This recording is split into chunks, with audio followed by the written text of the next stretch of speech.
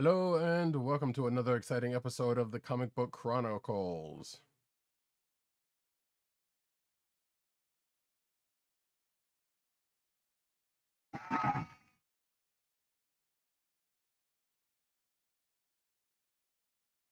I am your host for tonight, Roddykat. You can find me at Roddykat on Twitter. You can find me at News Nerds Need on Twitter. You can find me at CBCaps on Instagram.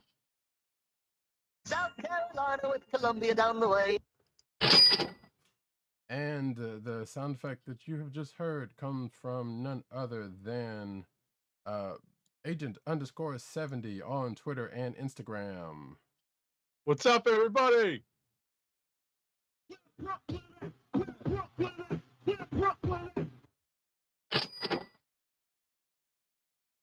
Yes, indeed. And this is the Comic Book Chronicles, and you can find this here comic book podcast on the Cold Slither Podcast Network, the CSPN.us. Do it today. You could also find us on your podcast perusal place of choice, whether it be Google Play, Apple iTunes, aka Apple Podcasts, Spotify, or the Cold Slither Podcast Network's SoundCloud page.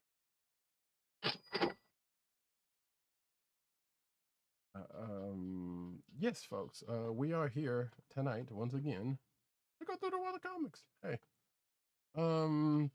we are going to start off with a recap of What If, episode number 5, Zombies. Yeah. You make it sound like they're from Zambia. They're zombies. So, so ladies and gentlemen, What If season 1, episode 5 has finally brought the world, the pseudoscience of zombies into the MCU. And boy, did it actually make some sense. So, we've seen the What If series take a decidedly darker turn over the course of the 5 episodes that we've seen so far. And this latest episode was one of the darker ones. And I'm going to ring the spoiler bell as I discuss in very broad strokes what happened, and Roddykat will chime in as well. So, spoiler alert in 3, 2, 1. All right. So, what we find here is that the story picks up during the events of Avengers Infinity War, just as Bruce Banner is sent to Earth by Heimdall to warn his fellow Avengers about Thanos. But when Bruce arrives at the Sanctum Sanctorum, it's not exactly as we remember it. What happens in Infinity War does not exactly play out. And what we find is that some of the events that were happening concurrently with the events of Infinity War serve to set the stage for an alternate what if story here. And we won't spoil exactly what happens, but it's only been a day. But what I can say is that this is probably one of the more logical what if stories that we've gotten so far, simply because it changes a subtle thing. It doesn't do what the Hank Pym story did, which is change what we knew to be the MCU canon, as it were. What it does is just change a subtle note in Ant-Man and the Wasp, and it's that note which was touched on actually in the movie. Although that Janet is feeling different because she has become connected to the energy that she has encountered in the quantum in the quantum realm. Mm-hmm.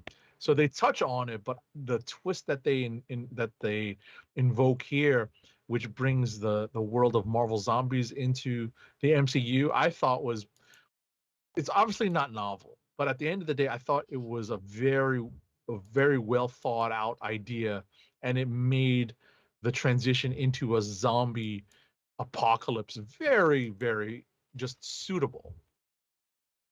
Right. I will say that there is, I guess it could be, you could say there's a tie between there's kind of a tie between this episode and last episode, in that well, spoiler alerts, Hank Pym ends up doing the same thing in different ways. in both or similar things, I should say, in both episodes, than he did in that last one, i.e. kill some Avengers. So that's it's an interesting joke. But yeah, continue. Well, because at the end of the day, what we have is the events of Infinity War unfolding almost as we remember them, but obviously with the intervention of the now, and I won't spoil how we get to the zombified Avengers, but we end up with the zombified Avengers, and ultimately, the hijinks start there, and it turns into a kind of a typical zombie movie, not necessarily an episode of The Walking Dead, but we also have some fun little in jokes, like Peter Parker basically invoking all of the zombie movie rules that you see during the course of his basically establishing what the rules are for zombies in this context, in this corner of the Marvel Cinematic Universe. Right. I thought that was really a well done, well thought out way of establishing the rules and setting up the stakes for this episode. Right. I believe Zombieland, the movie Zombieland, was referenced at least in a couple of videos, or at least the video that I saw for like an Easter egg video, which it does kind of, and also the Spider-Man movies, the most recent Spider-Man movies, where especially when he's going through the rules of it, the video that was being done was a very Spider-Man or recent Spider-Man movies thing, but also like I said, Zombieland, where they actually go through the rules.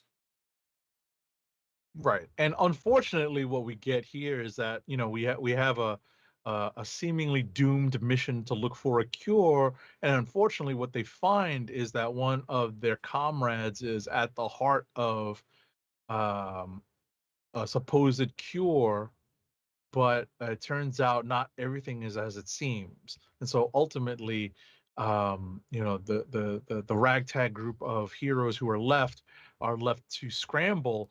And I think the ending of this particular What If was the best ending we've seen so far, in terms of its dramatic effect, because I had my mouth, agape, my jaw dropped when I saw what was awaiting the remaining heroes in their quest for a cure, and what was awaiting them in Wakanda.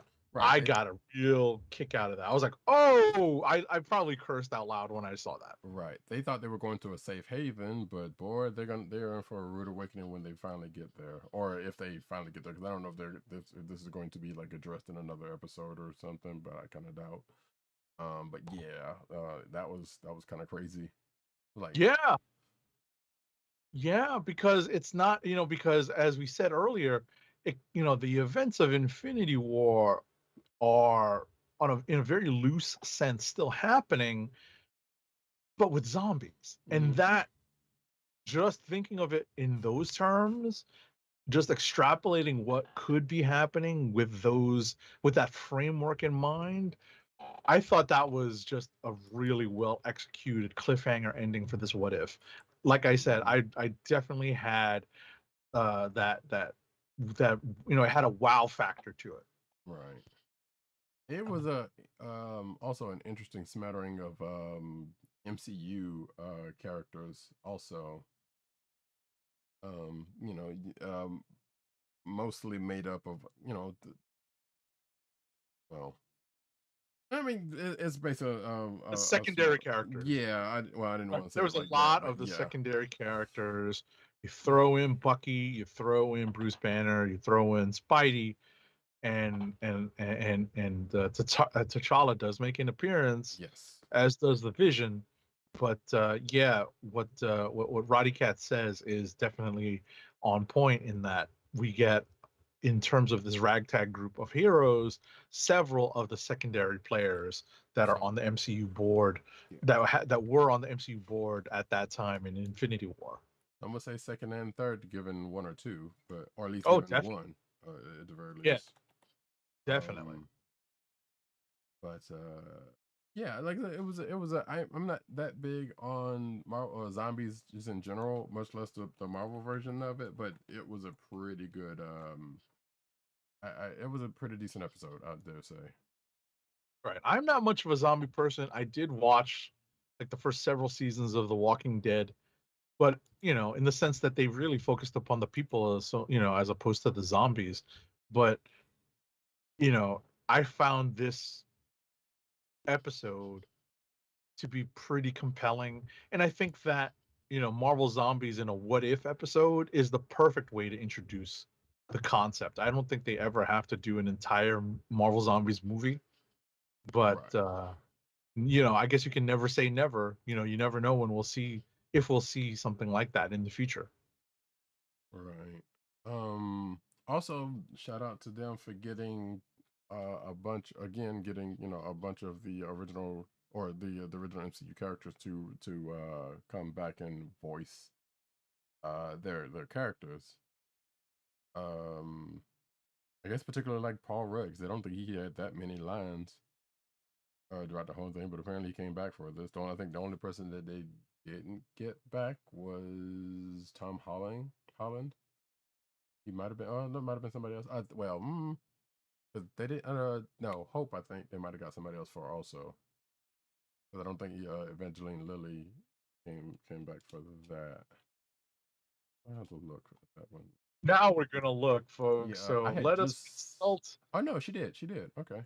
Yeah, I was going to say, let's consult the IMDb. Yeah, but for the most part, everybody who was in there who had and I guess shout out to them for having. Well, yeah, Chris Evans. That was the other one who Well, didn't. that's obviously, yeah, that's a big one, obviously, because we know that his contract was up. So Right, but no surprise that he and Downey Jr. aren't part of the voice cast of What If to date. right, but yeah, exactly. But to actually, and the funny part about it is that they got a Spider-Man. They got a Spider-Man voice actor to voice Captain America. So you technically had two Spider-Man. Well, not Right. technically two Yeah, Spider-Man they because the had other Josh dude. Keaton. Right. Did I believe Spectacular Spider-Man? That sounds right. Actually, let's look real quick. That's Says 2017 Spider-Man. Oh, what? Oh, did he do the Disney Spider? He might have done the Disney Spider-Man. Yeah, yeah, and the Lego and some Lego Spideys. Yeah, some of the Lego version. That's cool. Yeah, etc. etc. etc. Yeah, Yeah, they totally got, they got everybody. They got David Dastmalchian who shows up as Kurt. To which I was like, wait, who is this character? Oh, right, that dude. Yeah, one of the security guys. That's Mm-hmm. crazy. So thankfully they did not get the eye. They probably would have recast. Yeah, probably. But regardless, like I said, all in all, it was a pretty decent. It was a pretty good episode, and like I said, I don't know. There's been a couple of them I kind of would hope that they revisit, kind of especially this one. Like I said, is and I don't know if there's any plans to do that. I know we do know there is going to be a second season of What If, but yeah, we don't know if they're gonna kind of revisit some of these worlds and say, hey, this is like we also know what they're kind of setting up, with this first season. So we don't know what their plans are from that. Exactly. It's hard to know ultimately what they've done here at the barest minimum is introduce the idea and reinforce the idea of the multiverse. And just having the concept out there for people who are following along will make tolerating, Roddykat and I were discussing this just prior to the show, tolerating Doctor Strange and the Multiverse of Madness and stuff that is probably going to be happening in Spider-Man No Way Home easier to swallow for MCU fans who are not as familiar with the multiverse concept in Marvel terms as maybe aren't as familiar with the concept as maybe those who are who are fans of the comic books might be better versed in. Right. So I guess that being said, we may have, I think we've probably rung that one out for this week. There's another one next week. We still got like what, 3 more to go after this one. I think so. I think Or it's 4. 9 total. Yeah. So, and that was the 5th one. So yeah, there's 4 more to go after this one. All righty. So President Bartlett. What's next? And now we get into the comic book news. I'm just giving not the comic news. We're a little we're not yet. We're going to get into the comic books of the week, starting off with Amazing Spider-Man number 73. All righty, Amazing Spider-Man number 73 was written by Nick Spencer with art by Zay Carlos Gomez, and Marcelo Ferreira. Colors by Alex Sinclair, and letters by VC's Joe Caramagna, Paisan.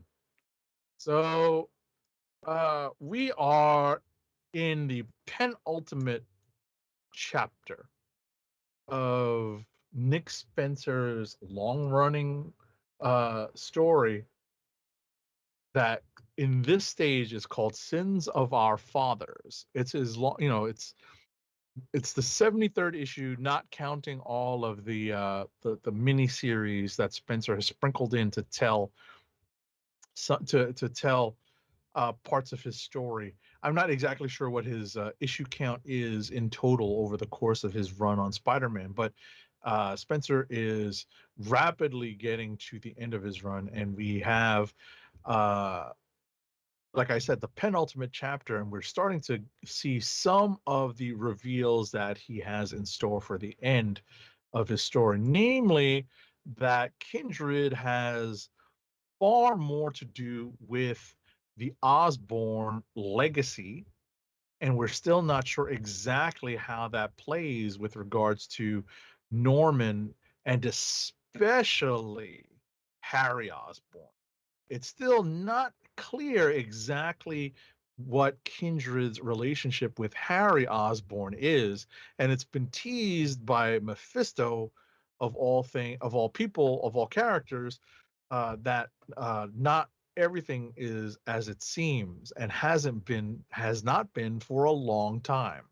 So with that retcon being in play, we get another retcon put into motion here, several in fact, because what characters seem to have remembered is not exactly, as I said earlier, is not exactly as it seemed as they were happening, simply because some long running plots were being put into place, and some elements of Mysterio and Mendel Strom were being put into, or some of their elements and some of their parts of the story were being played to orchestrate this long-running scheme to really keep Spider-Man off balance and to enact some level of revenge, some sort of plot against Spider-Man and his well-being and his sanity. And it's connected to this deal that Norman Osborn made with Mephisto, and there's some memories that are being implanted, and some things just never happened. This is the retcon I'm referring to, and it's actually referring to an infamous storyline written by J. Michael Straczynski that was titled Sins Past. And if you were reading Amazing Spider-Man at that time like I was, you probably had your head spinning as that storyline was playing out. And that is the infamous story where Norman, and this is not really a spoiler for a book that is several years old at this point, where Norman is alleged to have gotten busy with one Gwen Stacy. And things happened But it turns out that that may not be the case, at least as far as we know in this, from what has been told and described in this book. Whether or not we come out of this run of Spider-Man with that story completely overturned, we'll just have to wait and see. There's another issue left. Right. And I guess I'm not. So now I'm no longer sure. Well, it is. I guess it's still kind of a spoiler, but not so much as what I thought it was in the beginning, because there was an article that I saw before reading this issue that seemingly spoiled a reveal, and it technically kind of did, but I don't know. There are parts of this issue that was kind of confusing me. 1870 and I were talking about this before the show, and it's like, yeah, coming out of this, there are a couple of things in here that are a bit confusing about this issue. That being said, so, well, one, I guess the only thing I have to add to that, because 87 pretty much put everything out there pretty nicely, but Mendelstrom is apparently shows up in another Spidey book, which actually also brings me to this, because at the beginning of this issue, we see Spidey kind of limping into what's, I'm assuming, is France, because you see the Eiffel Tower in the background, and I'm sitting here like, how did he get there? And I'm sitting here like, yeah, that I'm was like, part of the Since Past story, right. So, so I'm sitting here like, what is going on with that? What is going on with that? And in addition to, in addition to like some of the things that come across, like the Age of 70's description of the since past stuff, like I didn't remember, because I don't remember reading that particular story. But but yeah, so some of that within that was kind of confusing to me, and then there was like, who is the person that's showing up or that reveals themselves to be Kindred in the first place? Is that a clone? Is that an LMD? What is that? Well, I guess. Well, I think we can pretty safely say that might be a clone, because given what was shown in the thing. But like, what's the state of Harry at this point? Because we see him in a couple of different places, and in addition of um in addition of in addition of seeing him on a video screen. Sorry, I have not. Well, he's in the Borg, right? Right. He's got a dead body. We've got a dead version of Harry Osborn in Carly's morgue. Right. So that's part of the twist that's being revealed here, and what's admittedly a big retcon for several things. They even mention American Son, during Siege. Right. Some things that Norman and Harry have gone through, and ultimately what some of the scheme, some of the scheming that has come up, that Harry is taking extra responsibility for with the aid of the Chameleon. We're going back to like the life model decoys of Richard and Mary Parker. We're going back to, and then we get to the Sin's Past storyline with the aid of Mysterio. So it's all, a kind of a big retcon at this point. And we have to kind of be patient at this point and see what comes up in number 74, and see how Spencer establishes a new status quo for Peter and MJ going forward, because we know, fortunately or unfortunately, that Ben Reilly is going to be taking the mantle as of 75. So 74 is going to prove to be a big turning point for these characters and this Kindred storyline. Right. So yeah, we'll see how that plays out. But lastly, to wrap up, there is, which as folks may know, and I'm pretty sure have seen in the news or in elsewhere, the I guess anniversary of September 11th, 9/11 is coming up in a couple of days as of this recording, which we are recording on the 9th, which is also the anniversary of the Sega Dreamcast, by the way. But that aside, um, at the end of this issue and a couple of other books, actually it might be this whole week's run of books. I'm not sure, but I know I've only seen it in a couple of books this week. Right. There is a As I was about to tribute. say, it has to have the cover of the book has to have a logo that is the cover to one of the 9/11 tribute books Right. that was drawn by Quesada back then. And if you get a copy of any of the Marvel books that has that little symbol, the 20-year never forget symbol on it, you get a 6-page. No, it's more. I think it's more than a 6-page, but we get a nice little story of Captain America and Spider-Man, drawn by John Romita Jr., who did the 9/11 tribute issue of Amazing Spider-Man number 36 in that volume of Amazing Spider-Man with the black cover, and infamously had Doctor Doom crying, but it's at the end of the day, I was not one of the people that complained about that because it was such a sad time. Right. But the story is called The Four Fives, and it's about the five. I had to Google this because I'm not as familiar with the term, but the fives are the bells, the how many times a bell is struck when a fire depart when a member of the fire department is is killed in action, and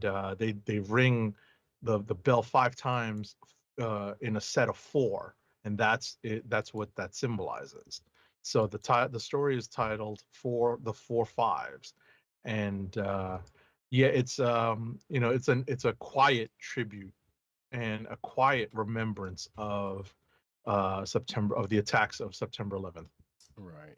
And by the way, I believe that, well, actually, I know if, well, one, if you are watching the video version of this program, you can see this cover of Amazing Spider-Man, and you can see down at the bottom left the little symbol that Agent 70 was just talking about for the books that have the tribute on it.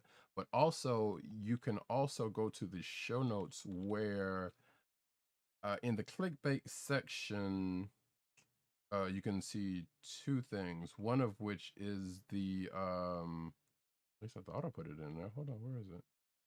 Oh yeah, yeah. So there is the aforementioned 20th anniversary tribute, the Four Fives, that has been reprinted, well, has been redistributed in digital form at Comicsology. So you can go check that out in the clickbait section and go get a copy of that for free. Um, I'm not sure if there's more to it than this than just this than this just distribute because I didn't check it out, but it is there for you.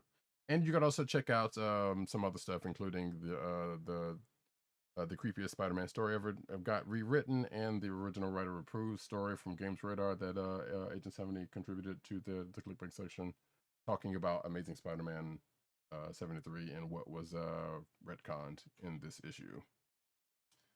That being said, we can move on to another book.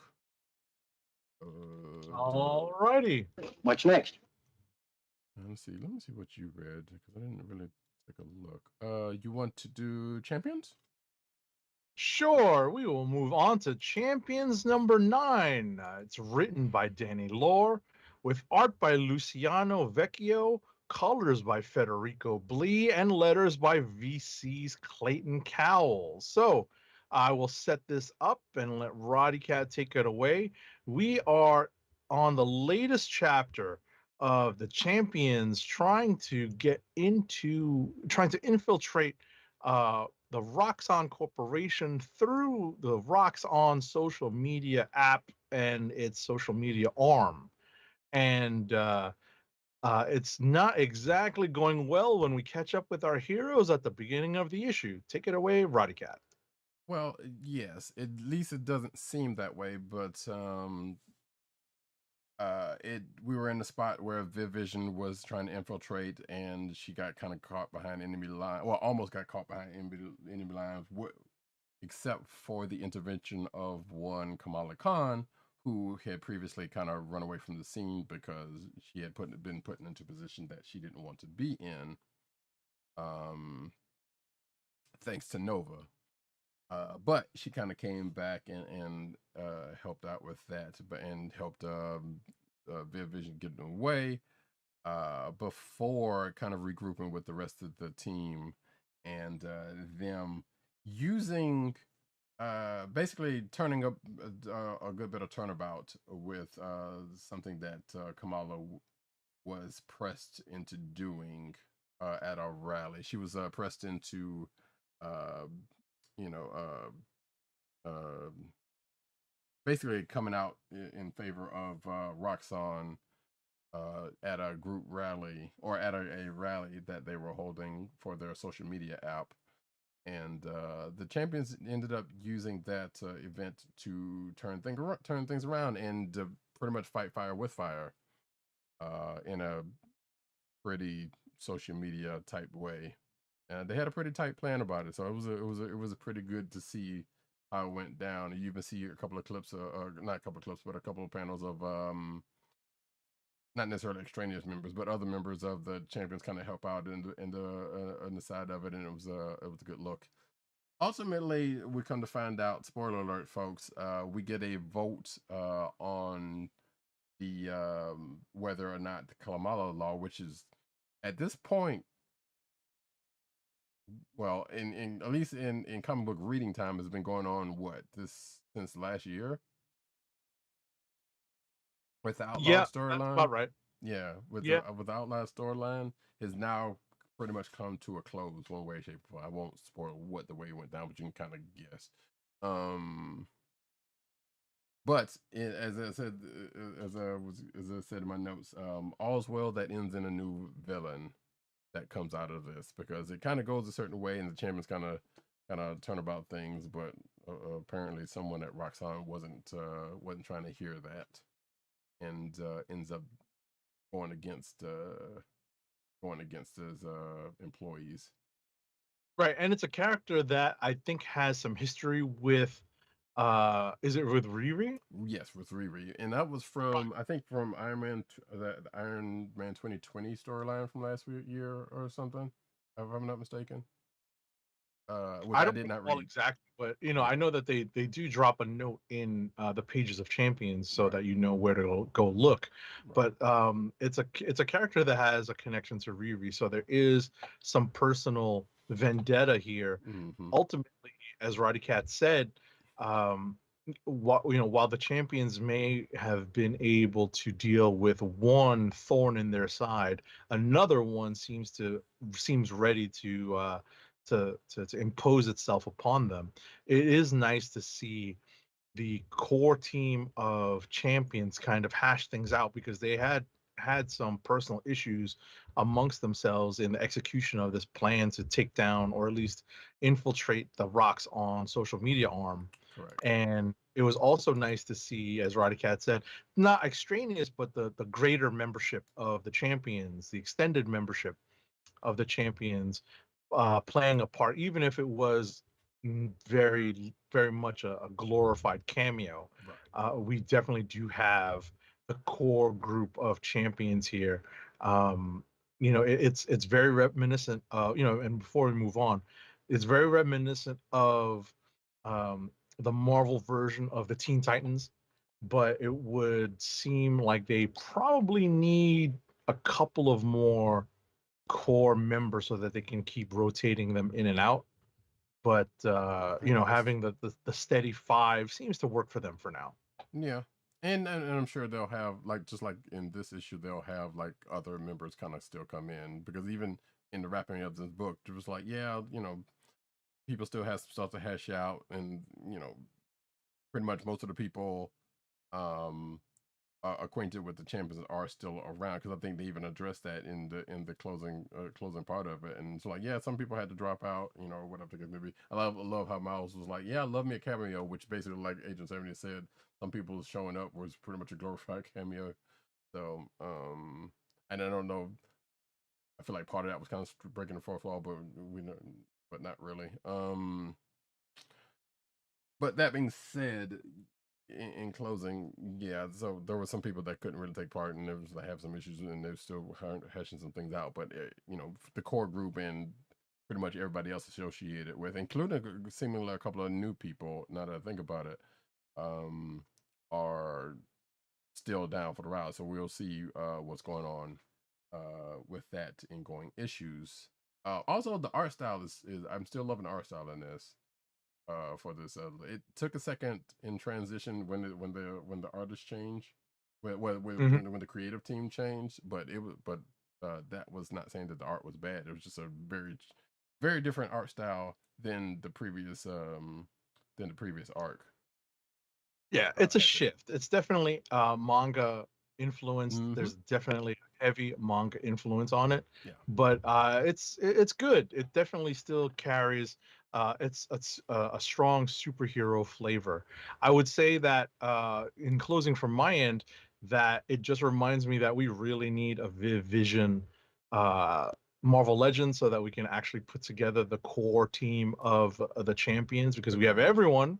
We may not have Ironheart in this alien armor, but we have Ironheart in the Iron Man style armor. Correct. So it'd be nice to get a Vision so we can put together a lineup of champions. Indeed, and she has to come with Sparky, just like just like is in the book. Sure. That being said, we can move on to another book. I guess we do one more before we go to Rapid. Okay. You want to go ahead and pick? What's next? Let's see. Did you read Shang-Chi number 4? I did.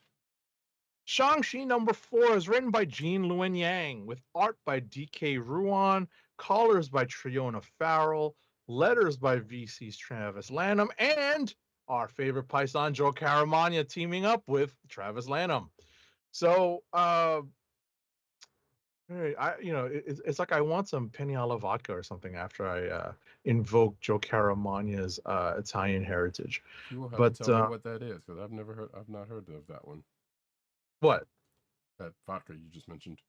Peniala vodka? Yeah, I've never heard of it. Oh, I'm gonna have to send Roddykat. No hate mail to Roddykat. He just hasn't had one of the more popular pasta dishes. I think you can get at Olive Garden. It's been a long pasta dish. I thought it was alcohol. Okay. No, Peniala vodka. It's the the sauce is made with vodka. Oh, so it's vodka. Oh, it's penny and vodka. So also I've had that. Yeah. Okay, I thought I was thinking alcohol. No, so that's funny. But anyway, what we have here is the latest round of Shang-Chi versus members of the Marvel Universe, as Shang-Chi is trying to reform, and there are unfortunately some parallels to some of the things that we see in the movie. No spoilers. Roddykat still hasn't seen it. Yeah, but I did notice that. Right.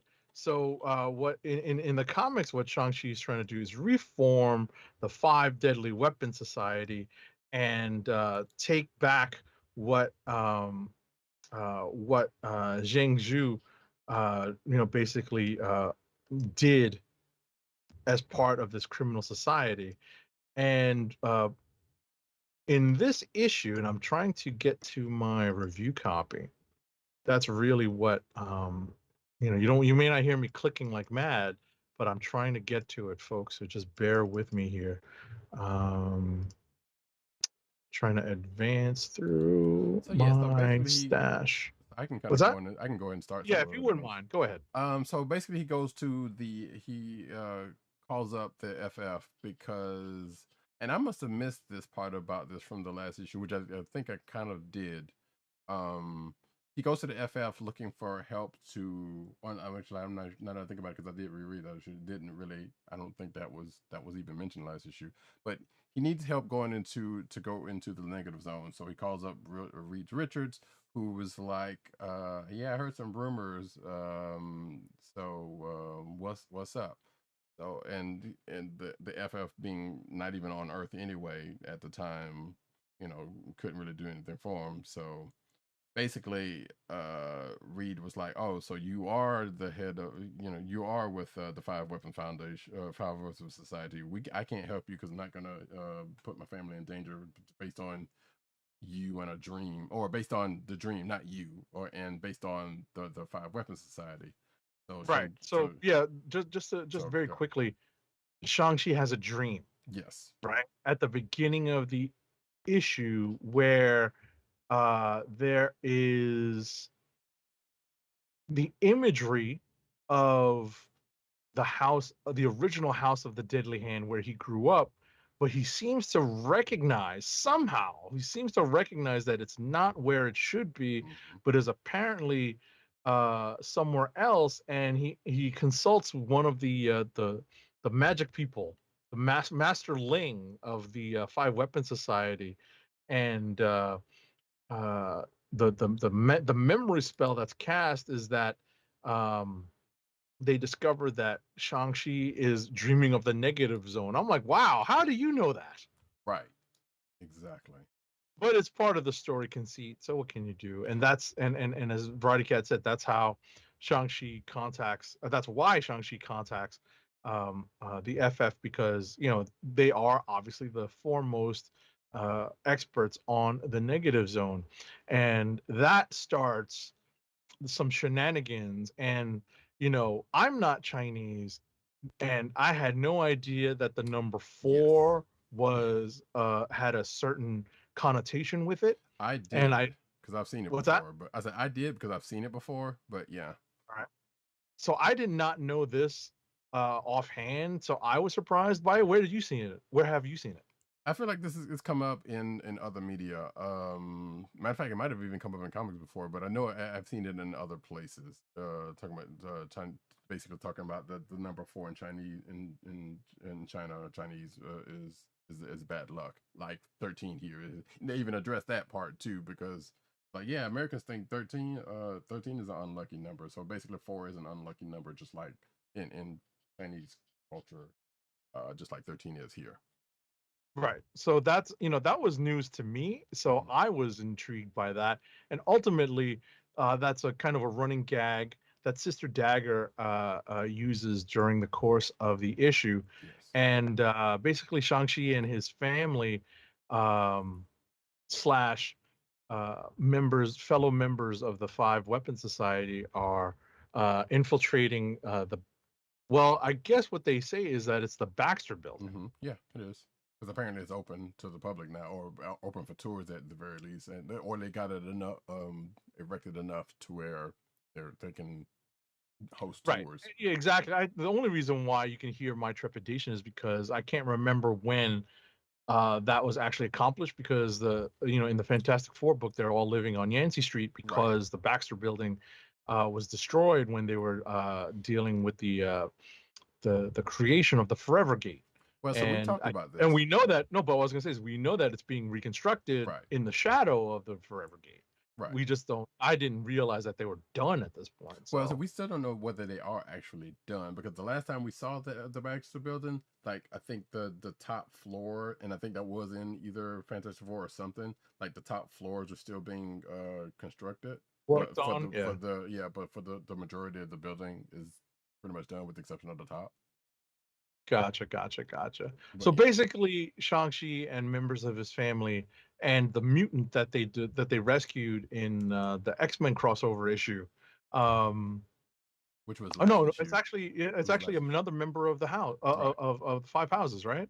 Yes. It is his half sister. It is his actual half sister. Well, they're all half siblings. They're all Well, half yeah, siblings. they all have siblings. Yes, but and see, and that was the part that I was like missing because like, where did this person come from, and where did the and I did read issue 3, but I don't remember finishing it. But then I went back and checked it out and yeah, last issue was when this person shows up, and yeah, they went to go find her, and turns out she's a mutant, which she didn't even know, and yeah, Wolverine was there, and blah blah blah. They already in that one, but regardless, so yeah, so she's with her, and she's more mystic in nature, and not more. And matter of fact, they said that is like, the in the beginning, the 5 weapons was supposed to bring together the martial arts and the mystical branches, of their culture.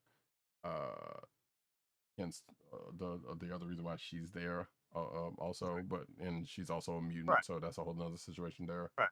But of And course, they have to use science. They have to, basically hijack one of Reed's ships to make it into the negative zone. mhm. And when they finally make it into the negative zone, they discover someone who I never realized was lost. So they went in looking for his supposedly right. So they went in looking for his sister. Come to find out, this person that Well, is the lost. Sister Hammer, right? Specifically, Right. Sister Hammer. Thank you. Because Which remember, Sister Hammer was in the original or the previous miniseries, right. and at the beginning of this miniseries was established as being on the run to a certain Right. extent, basically separating herself from the 5 Weapon Society, Right. while Shang-Chi is trying to reform it. And as Roddykat said, that's who they intended to find in the negative zone. That's who they thought would be in the negative zone. But Spoiler alert.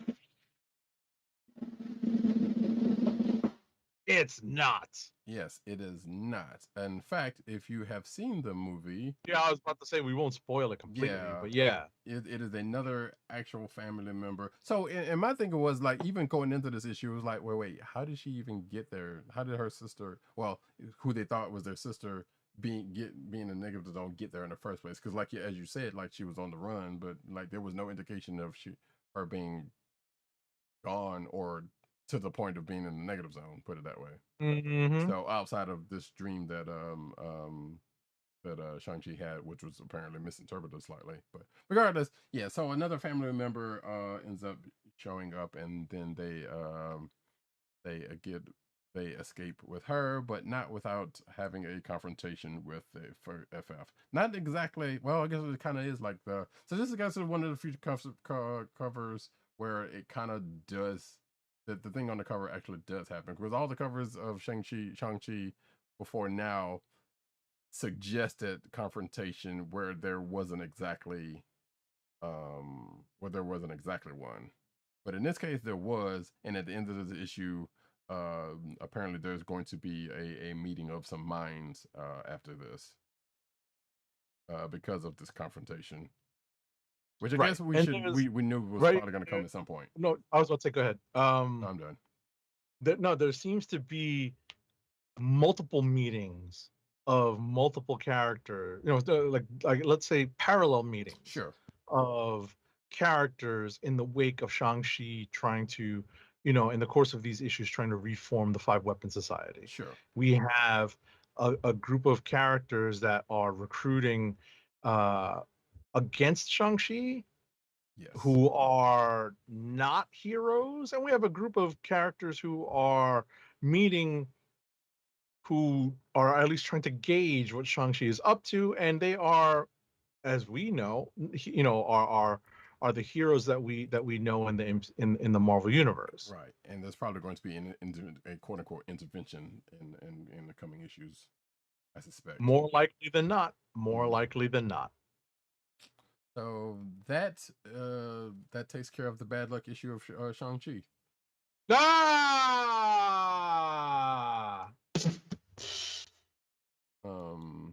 So I wonder, I kind of legit wonder if that was what they were going for with this being issue 4 and that coming up in the issue. I wouldn't be surprised at all. Yeah. So with that being said, we can move on to rapid fire, I guess. Yes, absolutely. I'll spin it up. I ain't got time to breathe.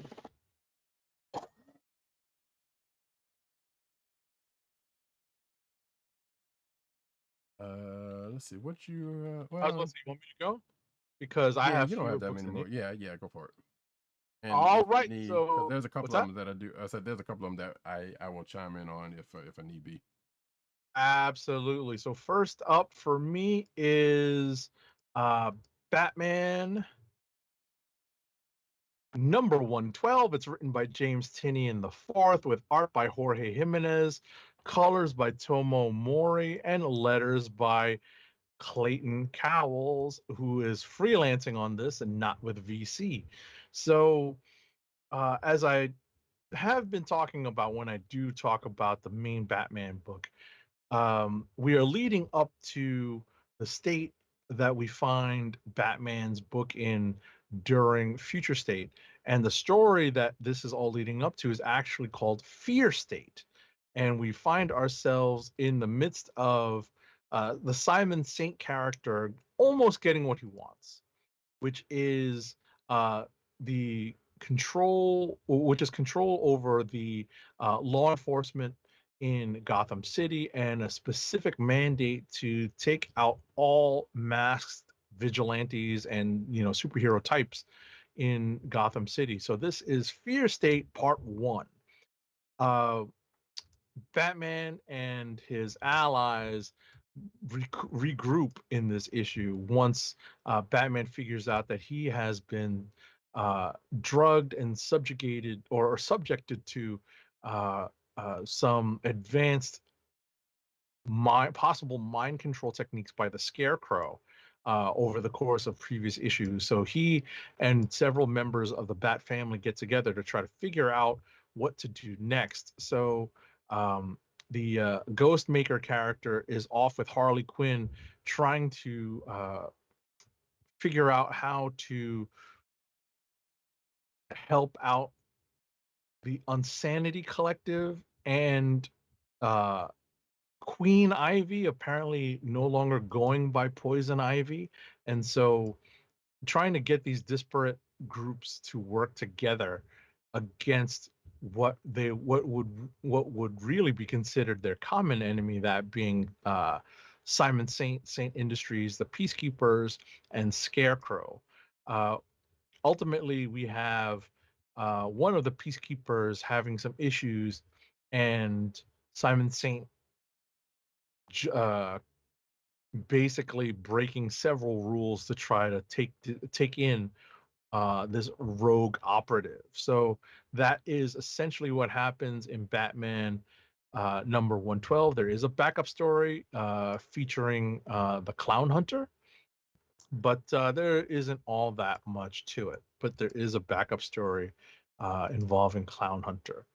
Next up is Daredevil number 34. It's written by Chip Zdarsky with art by Stefano Landini, colors by Marcio Meniz, and letters by VC's Clayton Cowles. This time working under the virtual calligraphy umbrella. So we have in this issue a direct follow-up to the events of the previous issue where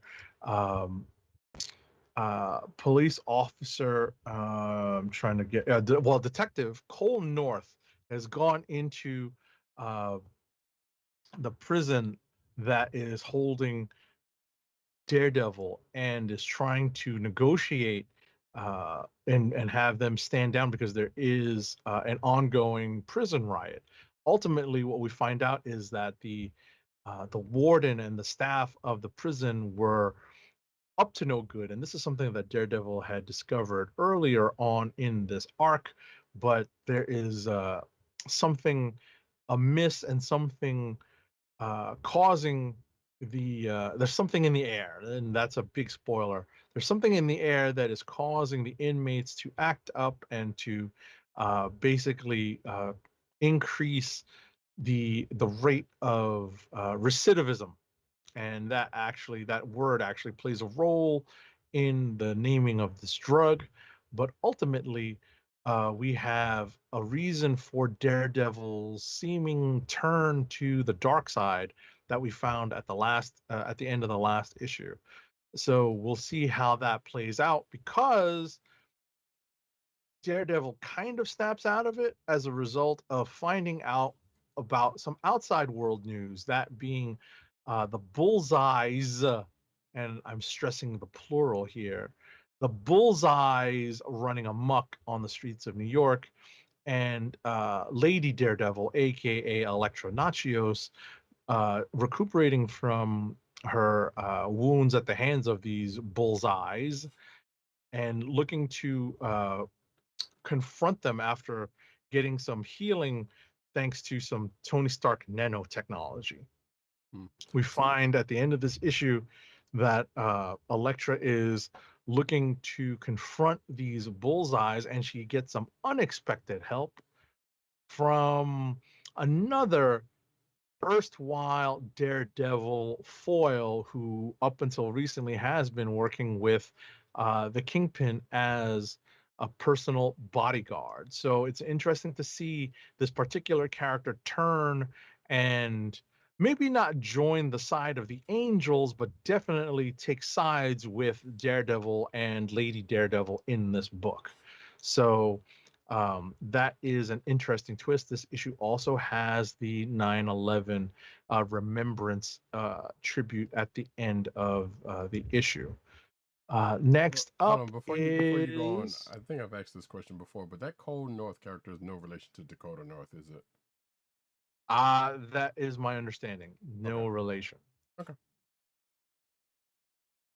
Next up is a book I believe you read as well, and that is Excalibur number 23. Yes. Alrighty, so Excalibur number 23 is written by Tinny Howard with art by Marcus Toe, colors by Eric Arciniega, and letters by VC's Ariana Maher. So this issue really, really stands upon the fact that Excalibur is the guardians of the main portal, the main Krakoan gate that leads to Otherworld and the various dimensions, realities, branches of Otherworld that exist in that in that dimension.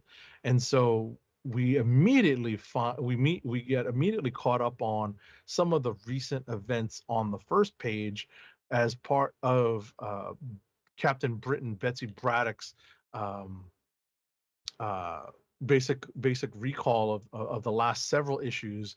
But we find out that, in fact, Dr. Victor Von Doom has come a calling to try to get access to his ex-girlfriend, that being Morgan Le Fay, his ex-girlfriend's stuff that is in Otherworld, and he needs passage, and the only way he can do it is with the aid of the mutants, and he has a pretty uh, annoying way to try to get that access, but he's talked out of it by the team of Excalibur, and Excalibur walks him into Otherworld, and hijinks ensue.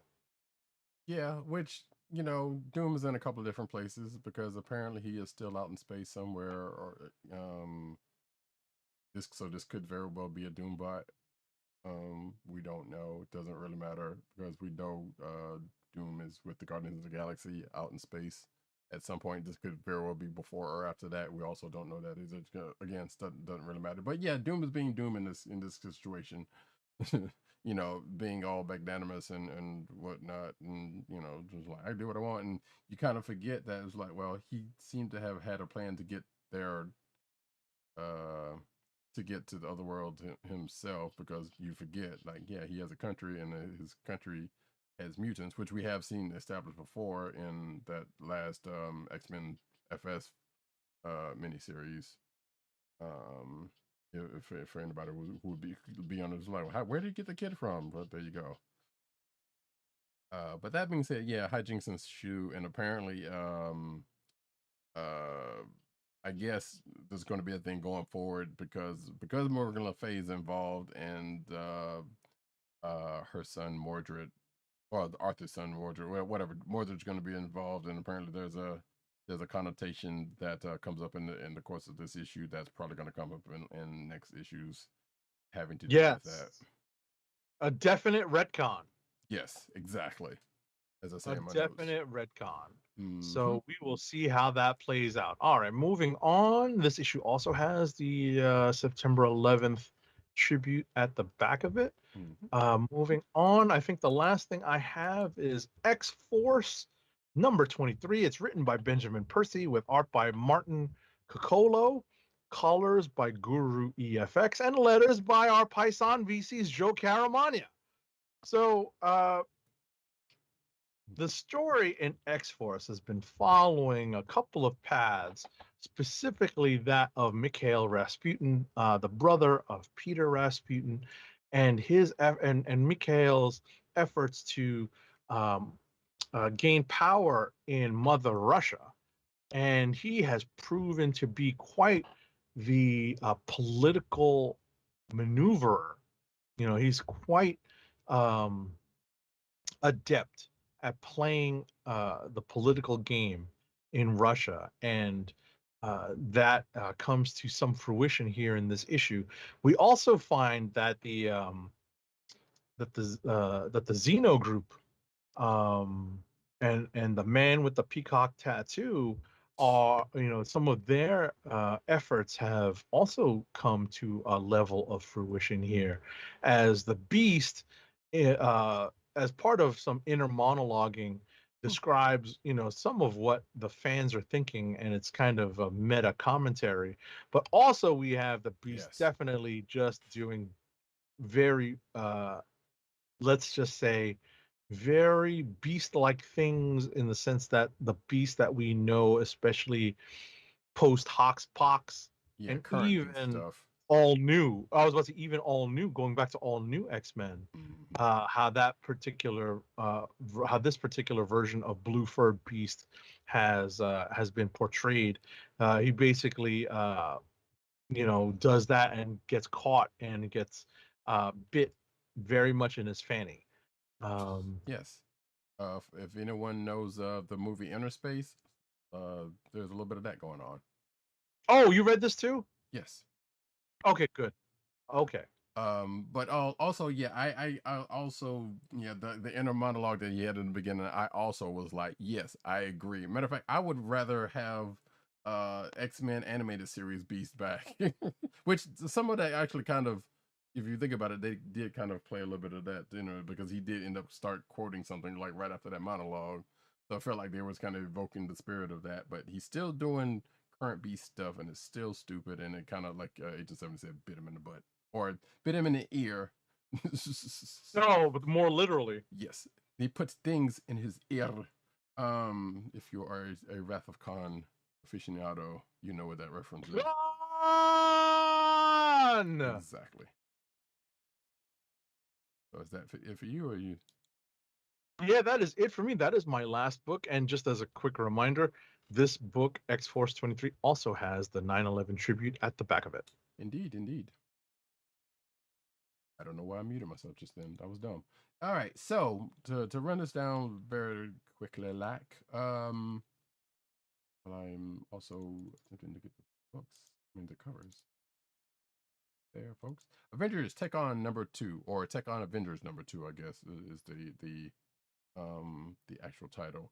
Written by Jim Zub, art by Jeffrey Chamba Cruz, letters by VC's Travis Lanham.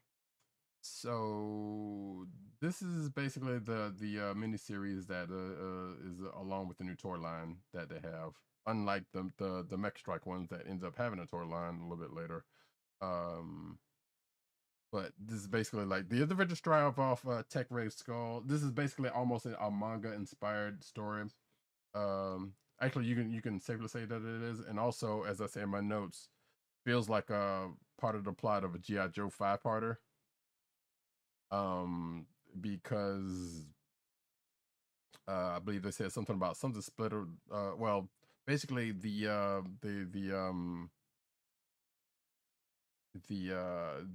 power source. I don't want to call it the ex machina, but whatever.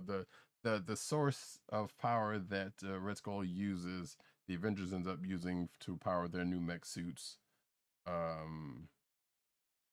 And now there is a hunt for more of this stuff because apparently it is a limited resource and can only be gathered up in certain spots.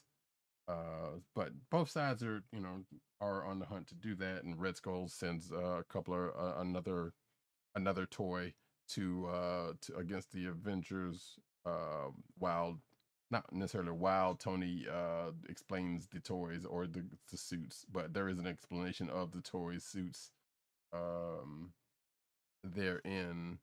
Or there's another couple of conversations, or before there is another confrontation. And this is all taking place in Japan, so again, manga inspired also, even in the styling of the art. So they're not shying away from the evoking that. But yeah, but there's another new toy line coming on that has to do with a classic Avengers villain whose sibling is not in the lineup. So go figure on that one.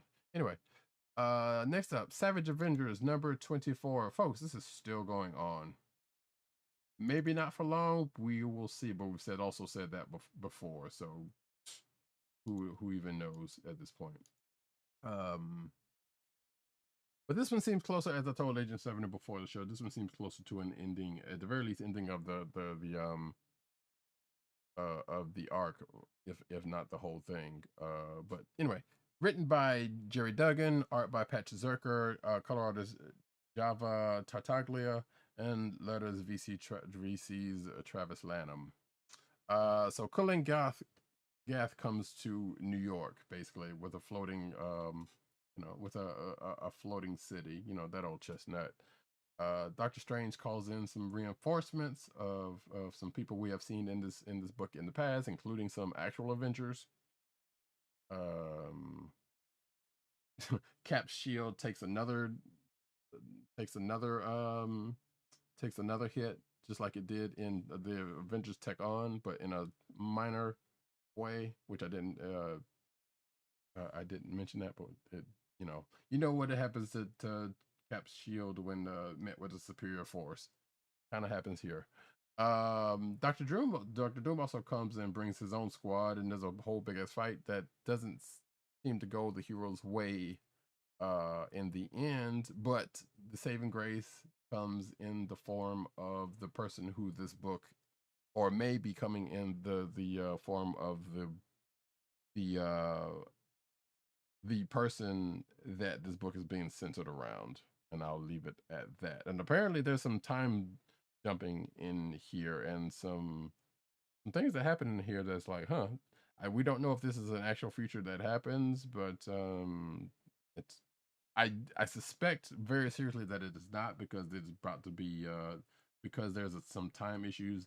There is a let's just say someone shows up in the end that is closely related to time. That will probably end up killing all of this. Defenders number 2 is my next book. Here we go. Writer Al Ewing, artist Javier Rodriguez, letters by BC's Joe Caramagna.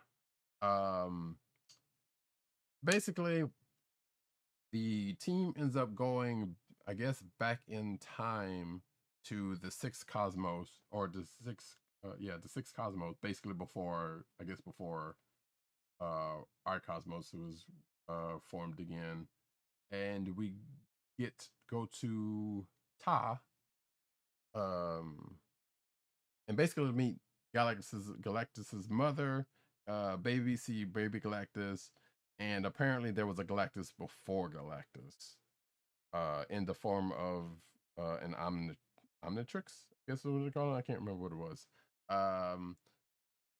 Which, at first you would think is led a certain character in this book that is associated with Galactus to have Rhodey-like MCU thoughts, but apparently it was not the case.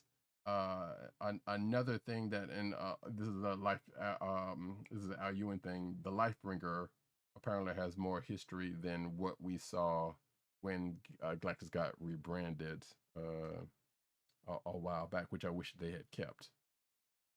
And of course, being that this old Galactus, this old other Galactus has a herald, and there's a fight, and some things end up happening, and at the end of the story, folks end up traveling again.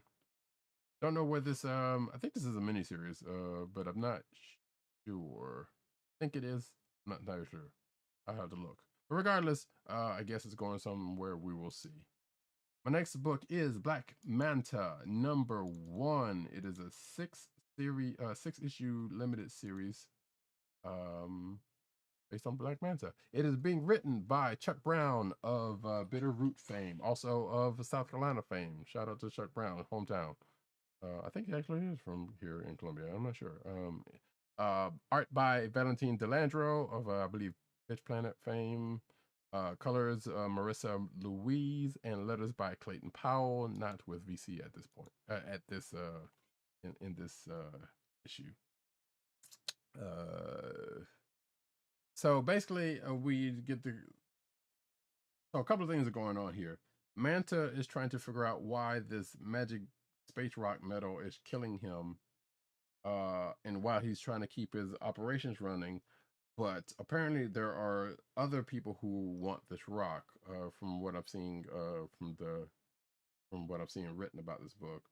And there's another new crew that is coming into play that looks like it's going to may have a run-in with Manta, because they are all after the same thing. But we also meet this. Actually, I don't even know if we meet them, because I think this is coming off of that Aquaman 80th anniversary special, so some of this might have been dealt with, or at least hinted at, coming out of that. I didn't get a chance to read that. I know this book is kind of stemming from that. But like I said, there are other people that are off that after that rock, and at the end of this, there's someone whom I'm not familiar with, but Manta might be, that is coming into play, that might be either friend or foe to him. But so far, I'm enjoying it, and seems to be all right. Like, he's still Black Manta. He's still doing his thing, being a pirate, I guess. So, next up, just a quick note. Yes. Just a quick note. Defenders is a 5-issue limited series. Thank you. Yeah, I kind of figured it was in, but I wasn't sure if that was the case or not. So thank you. Star Trek: The Mirror War Zero. Written by Scott and David Tipton, art by Carlos Nieto, colors by DC Alonso, and letters by Neil Iwataki. So this is taking up after, I can't remember whatever that last Mirror Universe miniseries was, because it's been a while actually since then, but we knew something else was coming, and this was also something that was being talked about, this whole Mirror War thing to be coming up. So I knew it was coming at some point, but after the events of that last one, where the Mirror Universe Enterprise crew, well, they weren't the Enterprise crew then, tried to come and steal the Prime version of the Prime Universe version of the Enterprise. Didn't work. And got sent packing back to the Mirror Universe. They ended up leaving Mirror Barkula behind, which apparently is the crux of how this Mirror War starts for some strange reason. But near the end of that last miniseries, I believe they ended up getting their universe's version of they ended up stealing their universe's version of the Enterprise. But Mirror Universe Earth is not in the same place as the Federation and the Prime Universe, so they're pretty much back up against the wall and backed into their own corner of the universe, and they're trying to fight for survival, much less trying to take over other territories. So that being said, Mirror Universe crew gets called back to Earth, and there's some things that happen, and we come to find out that they find out that Mirror Barkley is still over in the Prime Universe, so they go and extract him, which apparently is going to be the thing that causes this whole Mirror War thing, because they pretty much at the end of it was like, yep, we went over there, got him, came back, and now he's going to tell us everything, and they didn't even really go through the motions. So I assume the Prime Universe crew is going to retaliate, or they're going to end up going up against each other again. Like I said, the last time it was one way, and at the end of this, it was like, oh yeah, we went in, we fought some folks because we had the element of surprise, and then we got Barkley back, and now we're about to do some stuff.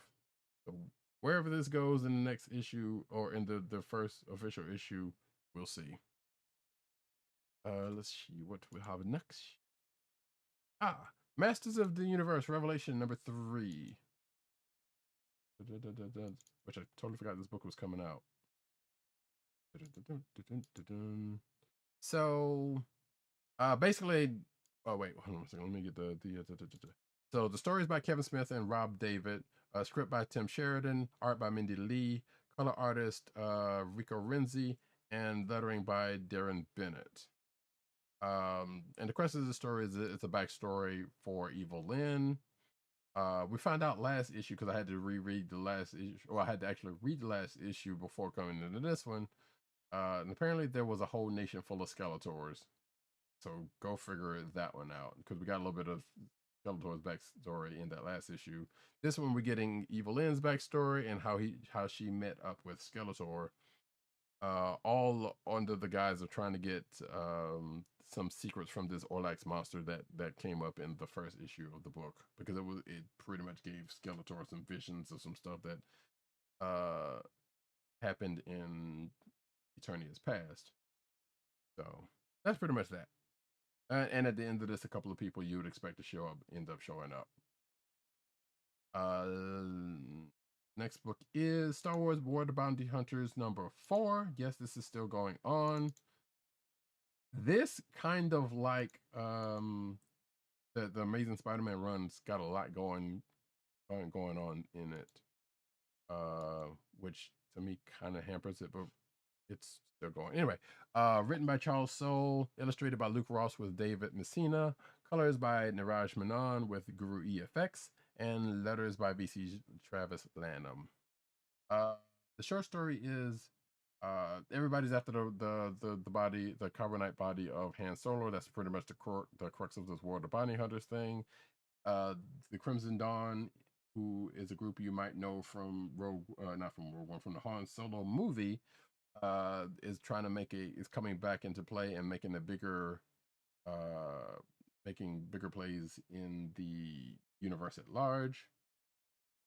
Starting with the sale of Carbonite Frozen Hand, which they acquired.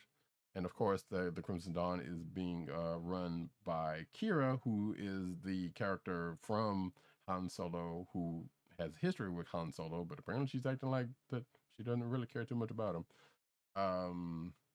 Or at this point, he's pretty much using him as a means to an end at this point. But regardless, a bunch of factions have all been put in one place, but Darth Vader came in, pretty much took possession of the body, and now everybody who is looking for him, friend or foe, are trying to recover Han, or at least relieve the Empire of the clutch relieve Han from the clutches of the Empire before they get back to their Star Destroyer. And another part of it is Vader was trying to use Han to bait Luke into coming down and fighting him, but that didn't work out. There's a whole couple of things. The reason why I'm having, and not necessarily an issue with the War of the Bounty Hunters, but it's kind of a thing that kind of bears it down. It's like there's a whole bunch going on. Like that whole thing I just told you was one part. The Crimson Dawn thing is another part. Like you got other people, like you got these couple of bounty hunters that have something to do with it, and you got throws in it. Boba Fett's involved. Dr. Aphra is involved somehow, but she's kind of, which I'll get to that in a second. She's kind of on another part of the area doing the thing, and there's a whole bunch of new characters that's been introduced that, well, a newer, I guess, character canon wise that are been introduced that are kind of doing things around, and it's kind of weird. But also, the rebels and love are still kind of around doing things. And last but not least, speaking of Star Wars Dr. Aphra number 14, which is a War of the Bounty Hunters tie-in. And yes, I said tie in Southern accent because I am Southern and I don't know why I did that. But the creative team is writer Alyssa Wong, art by Federico Sabatini, color artist Rachelle Rosenberg, and letters by BC's Joe Caramagna. Again, this is the Dr. Alfred portion where she, Sanastaros, were put in jail in the Crimson Dawn's flagship, where this whole auction for Han Solo's body was being held, because they were there, I guess, trying to get information for the person they're working for, with whatever the case may be. And Afra, who has had ties with Darth Vader, was trying to leave the situation because she didn't want Vader to find her, because they did not leave on the best of terms last time they met, or last time they were together, which was probably another volume ago of her book.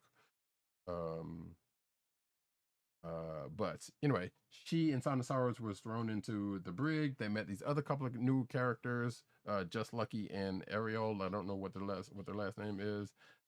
Who they have history together, but I haven't been really keeping up with this volume of Dr. Afro to know who these people are.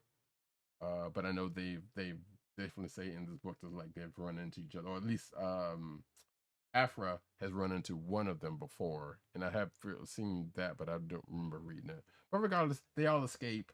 They get some weapons, and they end up going off. I guess they end up kind of sort of having a bond or a tenuous relationship in the beginning, which leads into them kind of sort of working together until the end or something. I don't remember. I barely skimmed through this book. But that is it for me. And now we can go to Clicks of the Week. Just before we get to Clicks of the Week, I wanted to mention something that came out this week that neither of us, and it doesn't seem like PCN_Dirt or Tim Dog 98 are following either. That being Infinite Frontier. Oh yes, this is the last issue for now for that right. Yeah. So I don't know if there's a news story about Infinite Frontier yet, but I thought it would be worth mentioning before we move on to Clicks of the Week. Mm-hmm. The Infinite Frontier seems to end on a note that is familiar to us only because we did some evergreen episodes during the earlier course of the COVID-19 pandemic, in which we read and reviewed the original Crisis on Infinite Earths. Mm-hmm. And if you recall, if you listened or watched those episodes, and we definitely recommend you go back into the archives and listen and or watch them, there is a particular character who we poked fun at for always crying. And guess who shows up in the epilogue? Oh no! Really? It's Infinite Frontier. I've actually number 6. I've actually been meaning to read this issue. I mean, to read this book rather, because I'm kind of curious about what's going on there. Because I know this is kind of the front stuff that's gonna start off with everything to come in the DC universe. Right. And I think now I'm intrigued as well. Mm-hmm. I had tried to read the first issue and even skim the second issue, but now that all 6 are out, I think I can probably sit down and try to make heads or tails of what on earth, what in the multiverse is going on. That's really the best way to put it. Yeah, what on earth? Yeah, exactly. What in the heck is going on all these multiversal Earths? So I will tell you. We get the crying guy back. Yeah, you know, and Roddykat knows exactly who I am referring to. I do. And it is an interesting. This book ends on a very interesting note. So it's not enough for us to talk about in terms of even rapid fire reviews, but I thought it was a very interesting development, and in what could possibly be coming as the future of the DC multiverse in 2022. So this won't be touched upon until next year, but it was interesting to see this character make a distinct reappearance. So, and I feel like we fairly recently joked about this character in one way, shape, or form being around somewhere. So that's kind of funny that the either someone heard us or they had this in the plan already going in. So yeah, I like I said, I am quite interested. Well, I was probably more interested than I am now. Now that I know that particular tidbit, there was an article this week about the multiversal Justice League that is formed during this whole Infinite Frontier thing. Okay. But I didn't. Pull it. I mean, I had it somewhere, but I didn't pull it to put in the notes. That was the only one that I saw. That being the case, I think the only other book that I was kind of curious about reading was, and I still want to catch up with this because I know Agent 7 has been wanting me to catch up with this, was the Green Lantern book. Because I saw the cover for this week, and I'm kind of curious to see. Yes, I flipped through that, and I flipped through the Green Lantern Annual. Yeah, that one too. Also, because they're definitely making some changes to the status quo of the Green Lantern Corps. Well, yeah, and that particular, especially with the annual, from what I read about that one, that came out of Future State. Because I do remember that part, and I don't know, like I said, I from what I read of the flavor text talking about that annual, I'm like, yeah, I know where that comes from because I remember reading the Green Annual, the Green Lantern Future State book, so I do know where that one's coming out of. But yeah, this whole Green Lantern book that I'm curious about, I'm gonna have to check out too. So that'll probably be soon, along with Infinite Frontier. That being the case, folks, clicks of the week. Clicks of the week. We do have one from PC_Dirt, which is Suicide Squad number 7, and I don't think he gave any particular notes about it, or did he? He did. If it's in that whole wall of text, I don't want to. Oh, okay. Here we go. Suicide Squad featuring Ambush Bug. Yes, he breaks the fourth wall. Yes, he mentions the movie. Yes, he mentions reading the solicits for the upcoming issues, so he knows what the plan is. Yes, it's great. Hey, Ambush Bug, that's an old character. I know, right? Been around for a while. As definitely, as you can see with the cover right there. There you go. So yeah, okay. I don't know if you have yours. I'm still thinking because it's kind of a tough week to really pick out some. I didn't really have anything that stood out necessarily. I can tell you that I did in fact like some of the banter in Shang-Chi number 4. Yeah. I enjoyed the inner monologue of Beast and X-Force 23. I like that the champions actually came together in Champions number 9. And I kind of dug Amazing Spider-Man 73 for the retcon of Sins Past. Well, okay. I was with you up until then. Well, because you weren't familiar with the Sins Past story, so it was all a bunch of gibberish to you when they were like, who is this and why is, and what storyline are they referencing, right? Mm-hmm. So, but I think what I'm going to do is go with Champions number 9, because it felt like the team finally found its footing. Even though, like we said, or like we were joking earlier, that the extended Champions family, the extended Champions roster, basically just made some glorified cameos. They still, they still had an effect, and they still are showed off in the celebration, the mini celebration that is held in the pages of this issue. So I am going to go with Champions number 9, and we really need a Viv Vision Marvel Legends, people. Come on, Hasbro, come through. We really do. And if you get one in that fit that she's in, well, I mean, not specific, obviously, get regular stuff, but if you get one in that fit that she's in this story, that would also be good. I feel like there's going to be somebody that's going to cosplay that at some point. I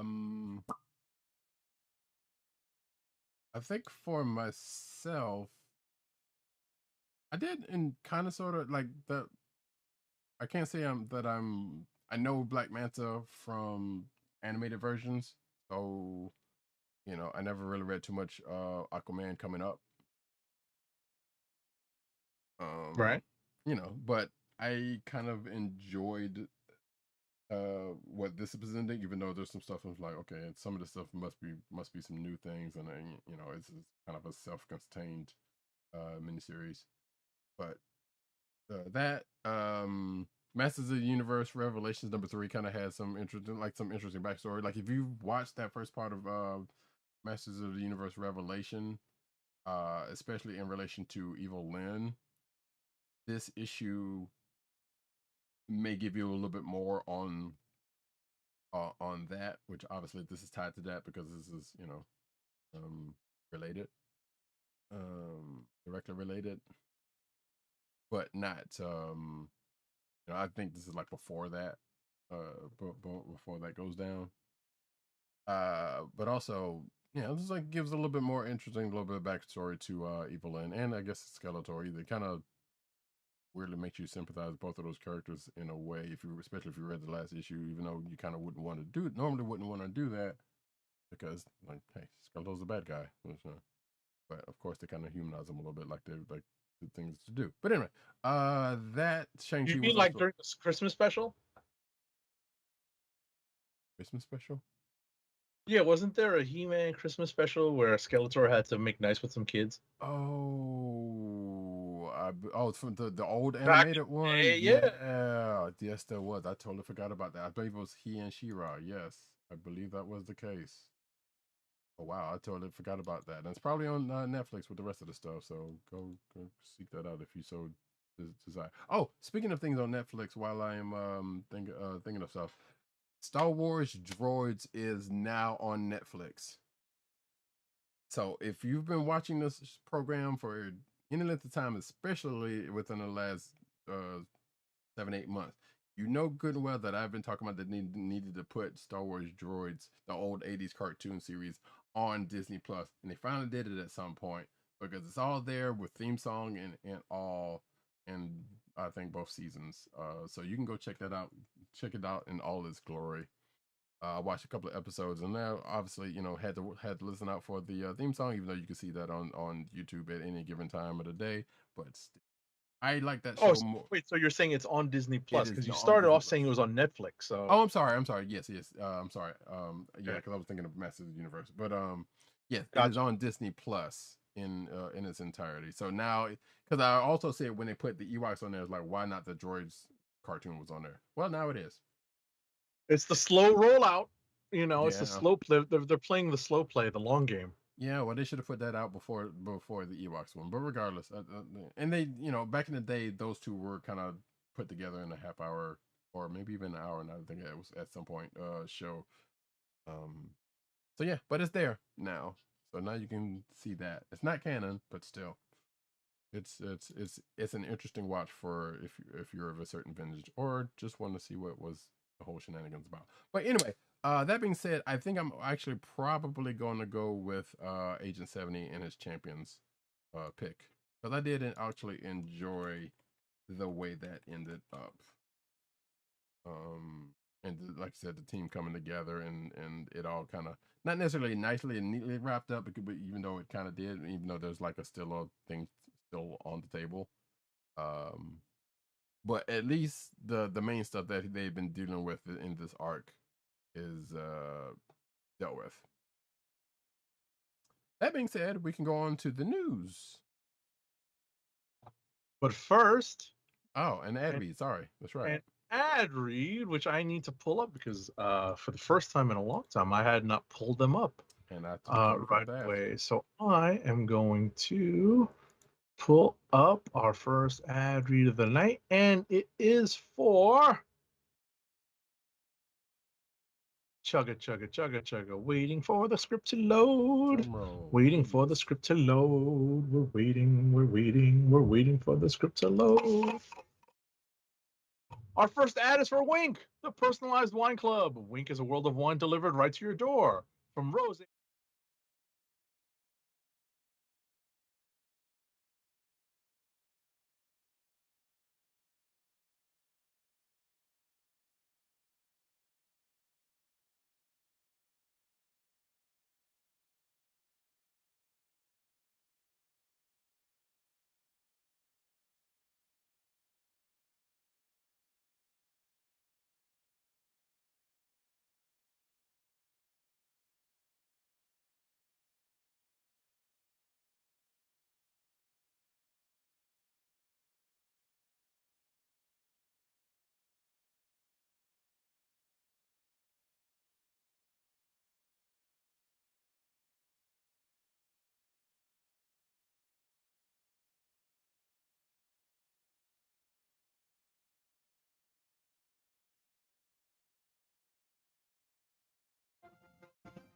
I could very much use a stiffer drink than what I have right now, but shout out to coffee because it is putting in work right now. Now we go into the cinematic news. Starting off with Castlevania producer sues over Netflix's Richter Belmont spinoff. Adi Shankar, who served as a showrunner and producer for Netflix's popular Castlevania animated series, is now suing the show's production company and executive producer Kevin Cold, sounds like a DC villain, for allegedly excluding him from the show's upcoming spin-off series and cutting him out of the show's profits. According to the Hollywood Reporter, Shankar filed a complaint on August 18th at the Los Angeles Superior Court, which alleges that Cold and his production company, quote unquote, concocted a scheme to expand the Castlevania universe while simultaneously cutting Shankar out of the agreement the parties made and boosting Cold's profits. Quote.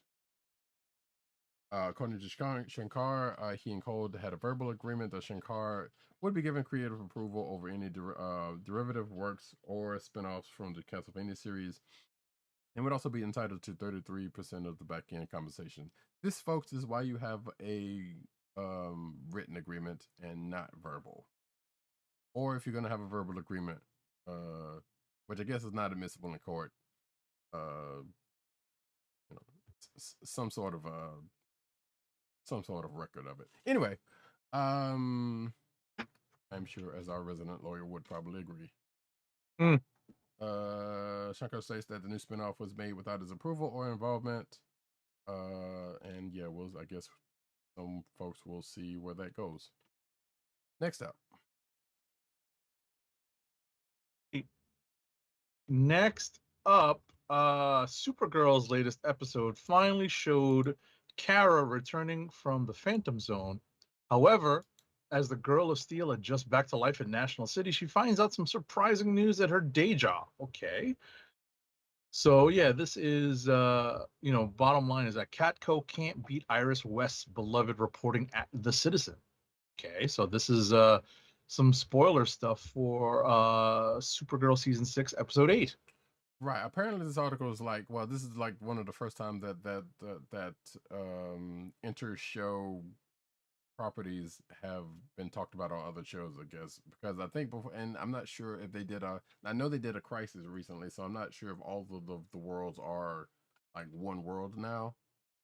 So I don't know if all of these are taking. I'm assuming all of these are taking place in the same universe now, as opposed to when, because Supergirl was in a different universe than the Flash and some of the other verses up until I think that last crossover Crisis situation. So okay, yeah, so that's kind of the other thing in this that was there, and the fact that I guess Catco has new management because apparently whatever's been going on in Supergirl.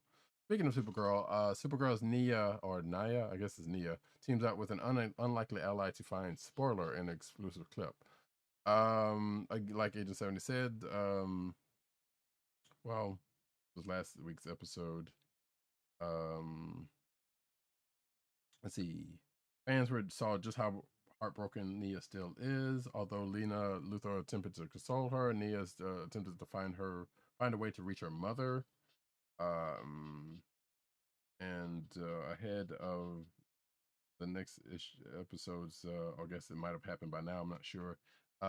Nia focused episode Dreamweaver, the CW shared an exclusive clip with CBR from Supergirl's upcoming episode that teases just what kind of journey that is. Let's see. Nia will go on to find her mother and who will be an unlikely ally to help her. And I guess there's some spoilers in there because I don't know much about what's going on in that show at this point. Move right along.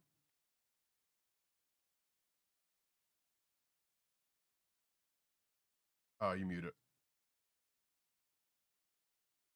My apologies. Aquaman's Jason Momoa debuted a new dark suit for his DCEU sequel. He did this via social media on his Instagram account.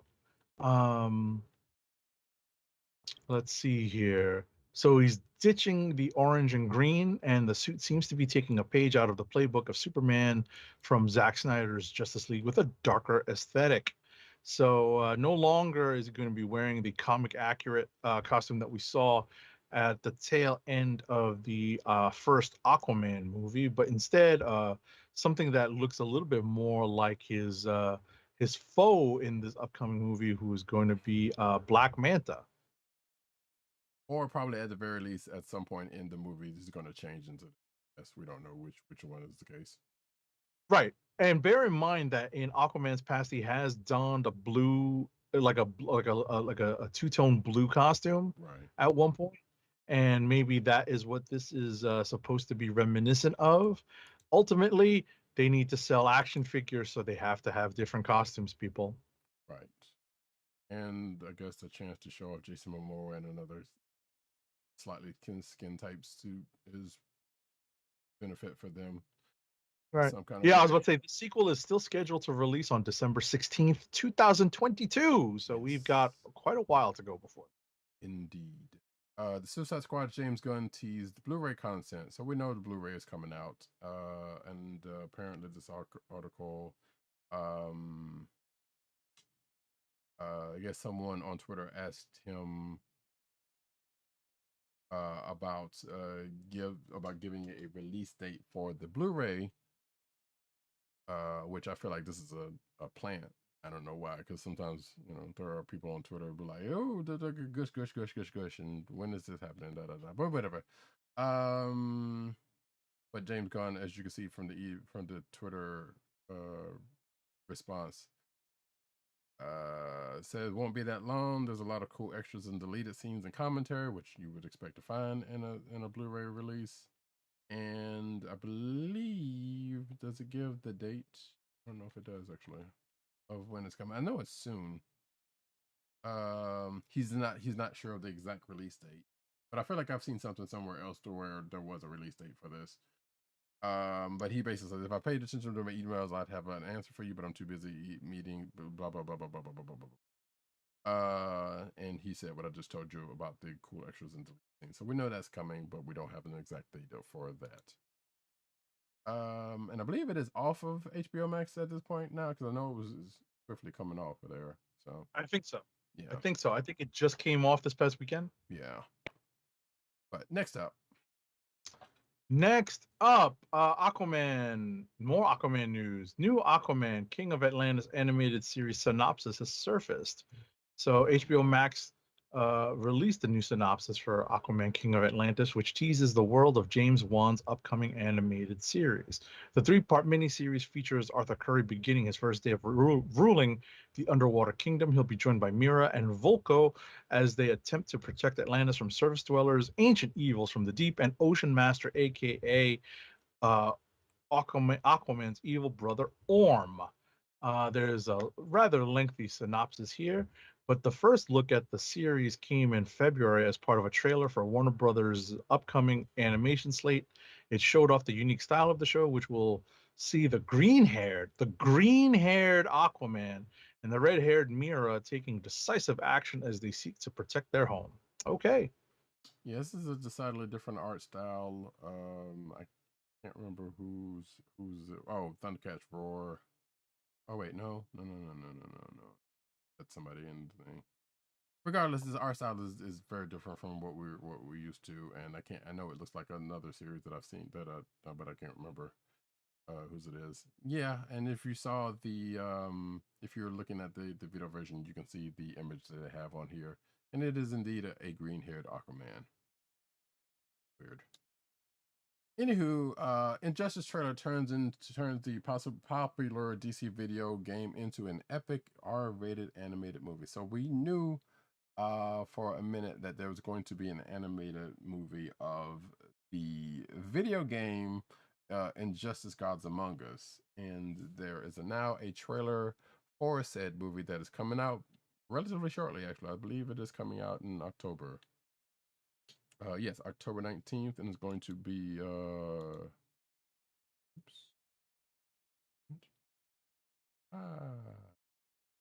Yeah, it's coming to Blu-ray on October 19th. And is it going to be on HBO Max? I don't know, but no, I guess it's just going straight to video. So yeah, if you know the story of Injustice, Gods Among Us, this is pretty much the beginning of that. So it'll be the trailer's actually looking not bad. I'm looking forward to seeing this, even though I have played the game and I know the story, and I've actually kind of started reading some of the book therein. But yeah, it'll be interesting to see what the animated version looks like. Hopefully they don't do they don't make any decisions like they did with that one Batman movie. um we don't need another Barbara Gordon and Batman hookup or anything like that had nothing to do with the story. Anyway, next up. So a new Mortal Kombat movie canonizes Ultra Instinct Shaggy. So Warner Brothers Animation's new animated Mortal Kombat movie, Mortal Kombat Legends: Battle of the Realms, dropped last Tuesday, delivering a familiar, bloody tale of the battle of Earthrealm's warriors against the villains of Outworld. It also quickly confirms the canonical existence of, quote, Ultra Instinct Shaggy, the Dragon Ball inspired Scooby-Doo meme of yore, aka 2017. Yeah, I remember when this. I never knew where that. Well, never knew fully where that came from, but I remember that being a thing. And if you watch this little trailer bit, it's basically the opening animation um, for the movie, which apparently they did a similar one for the previous Mortal Kombat movie, but instead of but it's basically Scorpion doing the same thing Shaggy just is doing to Scorpion to Daffy Duck. So Scorpion did kind of just pull them through the logo, get over here style. Well, actually by the neck, not necessarily with this thing. So kind of funny. But anyway, next up though, Bazoop. Blade, the reported director confirms that he's joining the MCU. Marvel takes big swings. Where have we heard that before? Blade's reported director Bassam Tariq has confirmed that he is joining the MCU to helm Marvel's upcoming Blade reboot, starring Mahershala Ali. It was previously reported that Marvel attacked Tariq, who is best known for directing 2020's Mogul Mowgli, to helm the vampire superhero film. Though it is also said that no deal has been finalized. Marvel still hadn't confirmed the news, but Tariq said recently discussed his move into the MCU during an episode of the Playlist podcast. So, don't know whether it's official or not, but I guess he's saying it is. So we'll see how that works out. Next up. All right, next up in spoiler territory news for the Shang-Chi and Legends of the Ten Rings movie. Shang-Chi producer confirms the Incredible Hulk star plays the Abomination. So producer Jonathan Schwartz confirmed that Tim Roth is reprising his role as Abomination in Shang-Chi and the Legend of the Ten Rings. And that is the news. Yeah. You saw Abomination appear in the trailer. He does appear a little bit more in the movie, but that is interesting to see that Roth did some vocalization for the movie, as Jonathan Schwartz said to the direct. He certainly was part of that process. Okay. Yeah, I mean, this had been speculated with knowing that the Abomination was going to show up, but I guess this is now the confirmation of that. Oh, cool.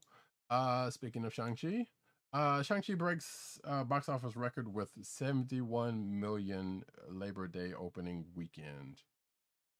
Which I'm pretty sure at this point is probably a little bit more than that, obviously. Marvel Shang-Chi and the Legend of the Ten Rings punched through a box office record with a massive 71.4 million domestic opening weekend. Again, domestic, not international. I'm sure we will get those figures after a while, or if they don't have it in this article. The news comes by way of Variety, which reports that the latest MCU film had the second best pandemic era domestic opening weekend. At 71.4 million box office, Bao comes in just behind Black Widow's 80.3 million opening weekend debut, and just above X9's 70 million opening haul. I'm going to just go ahead and take this next one since it's kind of sort of related. Wait, it says here, Shang-Chi also broke a record held by 2007's Halloween for over a decade.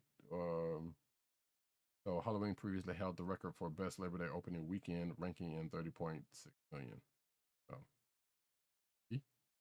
But the next article is Shang-Chi isn't being pirated, is being pirated less than Black Widow so far, and could be a big win for the movie theaters, according to Business Insider. So apparently, because of it, because of the fact that or at least what this article is suggesting, because of the fact that it just came out in movie theaters and not on Disney Plus, like Black Widow did, that helped it not to be pirated as much as Black Widow did as a suggestion. In fact, I think this article has a top 5 from a top 5 from this past Monday, I guess.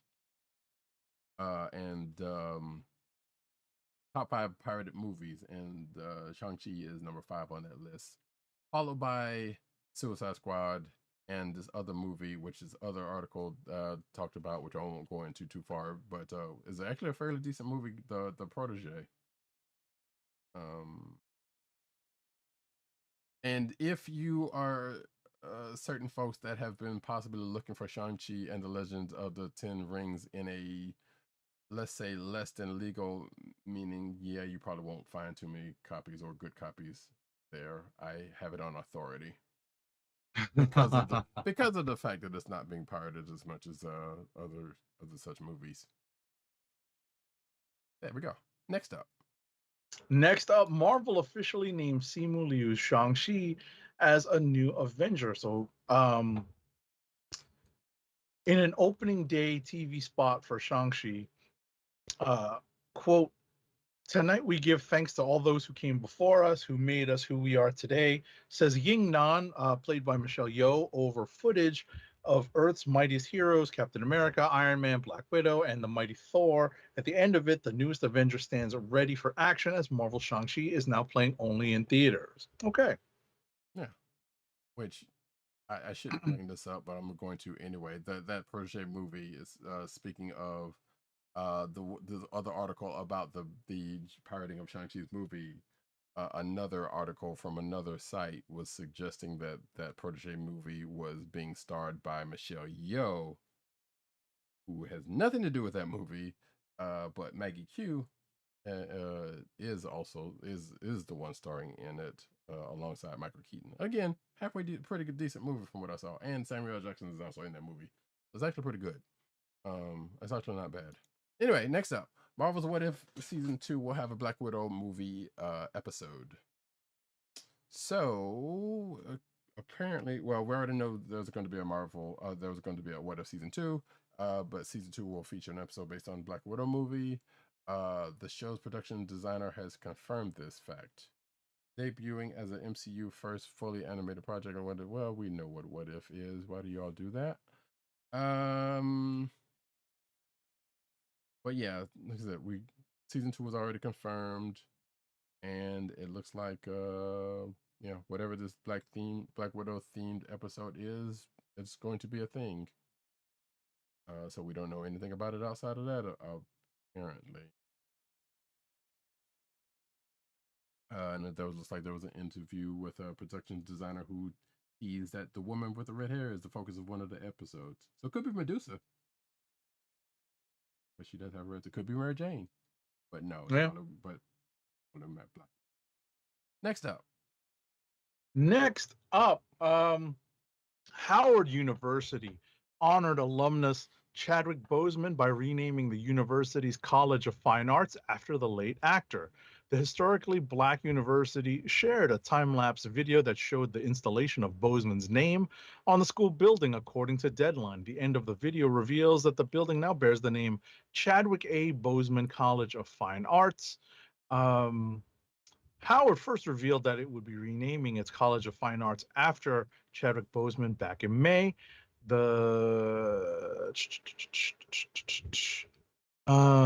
The university also shared at that time that Walt Disney Company's executive chairman Bob Iger would create an endowment named after Bozeman and raise money to build a new arts facility on the Howard campus, which is located in Washington, D.C. Good for them.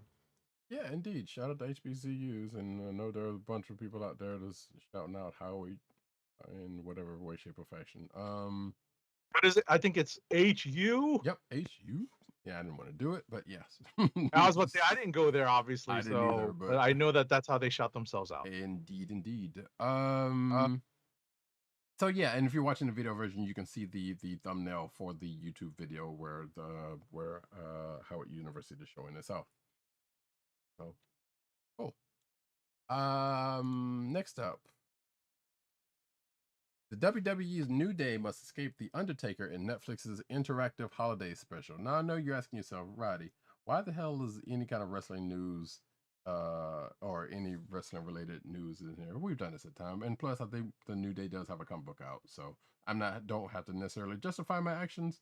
And I don't even like wrestling. So this tells you something, the fact that the fact that it's in here is telling you something. But anyway, Escape the Undertaker, an interactive Halloween special starring the WWE's New Day and the Undertaker, is coming to Netflix on October 5th.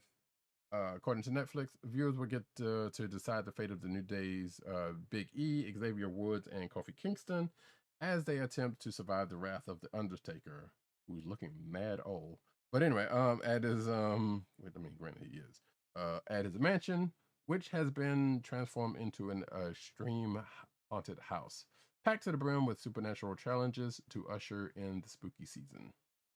The special promises to deliver some tricks or treats, or should we say beats, just in time for Halloween. Netflix released some first look images for Escape for the Undertaker, which continues to the streaming service. So yeah, this is one of those interactive Netflix things, kind of like that Black Mirror episode, or if some people have seen it, that Minecraft thing and a couple other interactive things that they have done. I think most people probably know that one Black Mirror episode at this point, which I still have never seen, but it is what it is. So there you go. If you're a fan of the New Day, WWE, or anything of the like, I guess you'll check this out on October 5th. Next up, Funimation announced on Tuesday that it will begin streaming the following Lupin 3 anime and the God Mars anime from TMS Entertainment on September 14th. So it's Lupin, the third part 1, part 2, part 3, the third part 5, the third 50th anniversary special, the third The Woman Called Fujiko Mine, and God Mars. The anime will stream in the United States and Canada. Okay. Yeah, you ever watch any Lupin? Well, I know you're still kind of starting your No, I am still close to the beginning. I'm not at the beginning of my anime journey, but I'm definitely closer to the beginning. Yes. So, first episode of Pokemon Evolutions now available online for free. Pokemon Evolutions has officially premiered, with the first episode now available for free streaming. While the next season of the original Pokemon anime will air exclusively on Netflix, Pokemon fans who didn't want to sign up for a subscription will be able to watch the new Pokemon Evolutions anime for free on either the official Pokemon YouTube channel or via the Pokemon TV app for iOS, Android, and Nintendo Switch. Each episode of the new series will revisit key story moments, characters, and Pokemon from one of the past 8 generations of the video game series, which I could have sworn this was something that was already out, but apparently not. So, because I feel like I've seen this before, sometime last year, but maybe that was something different. Who knows? But regardless, it's out there, it's for free, and Pokemon fans delight. Go for it. Next up. Next up, Crapopolis. Um, a new animated comedy that centers on a flawed family of humans, gods, and monsters that tries to run one of the world's first cities without killing each other. It's set to premiere in 2022 on Fox. Um, Hannah Waddingham from Ted Lasso, who is great. Richard Ayoade, Matt Berry, Pam Murphy, and Duncan Trussell have joined the voice cast of Fox's 2022 animated series from Dan Harmon, again called Crapopolis. Okay. I believe it's Ayoade, and yeah, both Richard Oh, Ayoade. Ayoade? Yeah. Okay. I believe that's how it's pronounced. So yeah, people know Richard Ayoade from and Matt Berry because they were both on the IT Crowd, which is a great show. You should definitely check it out. And I think it's still on Netflix, British show.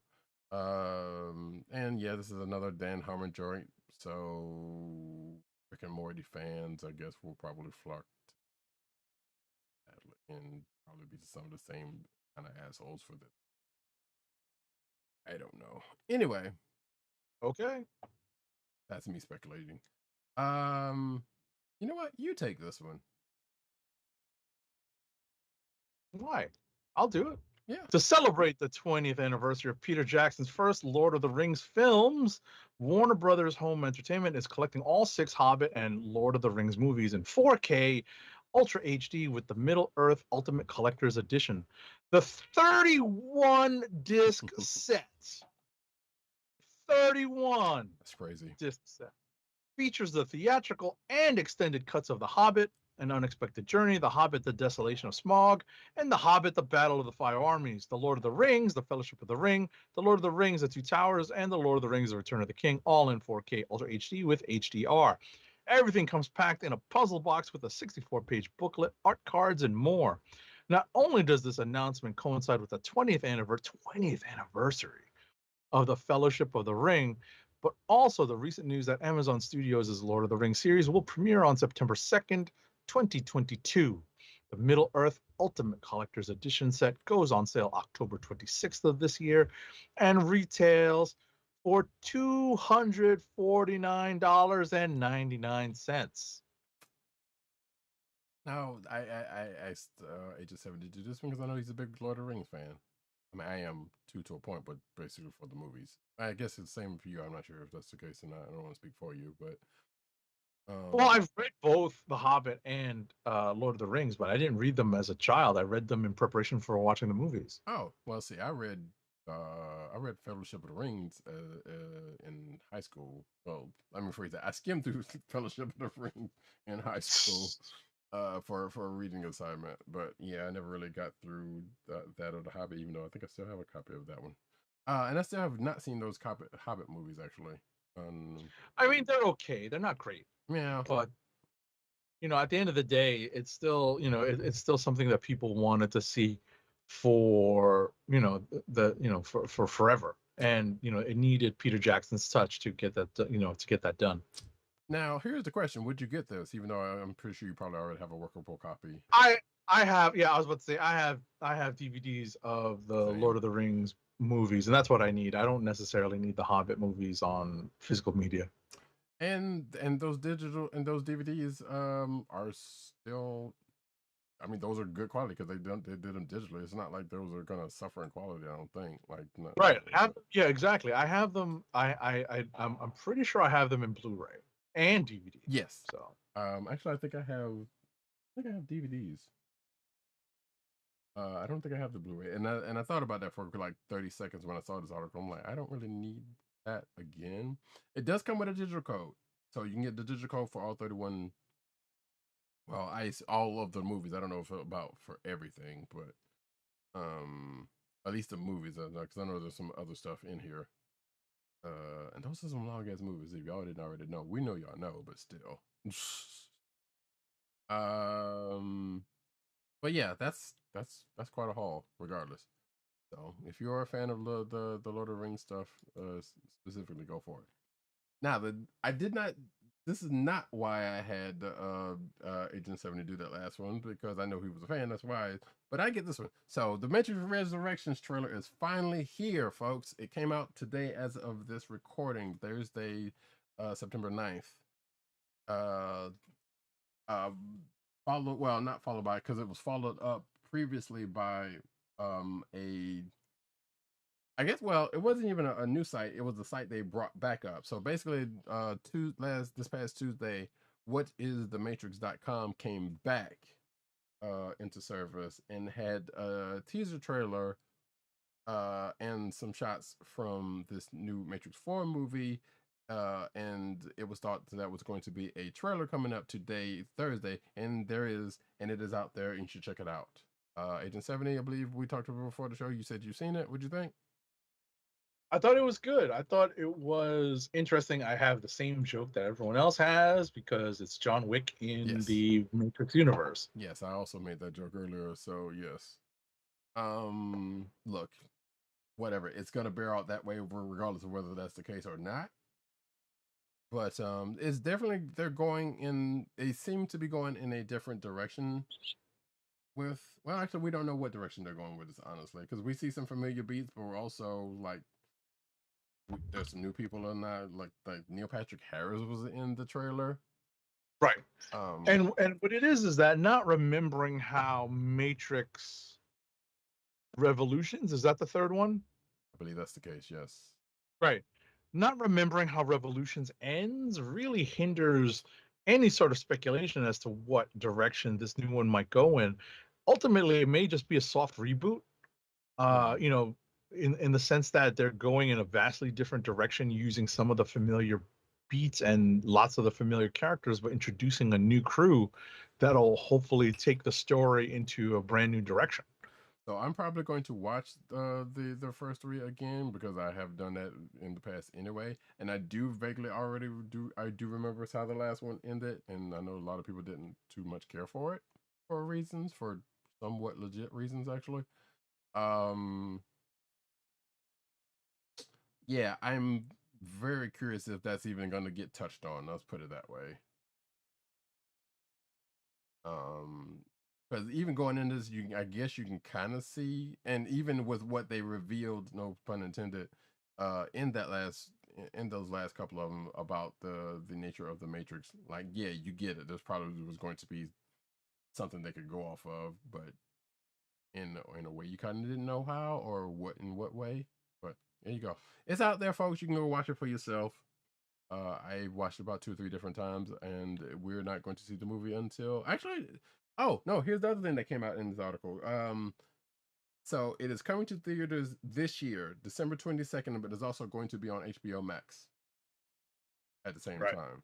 So that's dope. And I believe this is one of the last ones that they said was going to be under that, or one of the last few that's going to be done like that. Because as we have spoken previously, Warner Brothers is like, nah, we're going back to the theaters because we're sellouts. Because of money. Yes, basically. Because of money, and ultimately, if I recall correctly, they had made that they made the announcement that all of their that the Warner Brothers releases through 2021 would be on HBO Max. Right. That was So they're sticking with their word, and this being one of the last releases of the 2021 calendar year. Mm-hmm. Next up, though. Next up, we're actually going to transitioning over to comic book news. Indeed. That actually reminds me of something, but the Hollywood Bowl looks like the Hall of Justice, and every time I see, because I believe there was a John Williams concert there, and there was pictures from the Hollywood Bowl, and every time I want to say, meanwhile, at the Hall of Justice. But anyway, Magic the Gathering's new werewolf cards bring back a cool, challenging mechanic. So this is from the next set of next expansion from Magic the Gathering, because that train keeps a rolling, which is called Innistrad Midnight Hunt. Takes us back to Innistrad, which is basically werewolves and vampires and other such things that bump into the night. And according to this article, it is a return to the classic style of gothic horror seen in 2011 with the launch of the original Innistrad block. It also brings back a challenging gameplay mechanic heroes and monsters with different stats for the daytime and nighttime. So I guess there's a day-night time mechanic that you kind of see in video games. As Jay Annelli writes in the new book, Planes of the Multiverse of Visual History, which I've been trying to find a copy of, Innistrad is a home to all manner of monsters and fiends, where werewolves rage in the night, hunting beasts and humans with equal vigor. I believe we've also seen Innistrad in the Magic the Gathering current series, comic book series, briefly. So there you go. So yeah, there's a day-night mechanic going on here that they're bringing back, and I've also seen some preview cards outside of the ones that actually it might be some of the same ones that are in this article. But there you go. If you are a Magic the Gathering Noid, then you can go check that out when it happens, probably in the next couple of months or so. Next up, so in some sad news, IDW has shuttered its tabletop games division due to, quote, rising trade costs.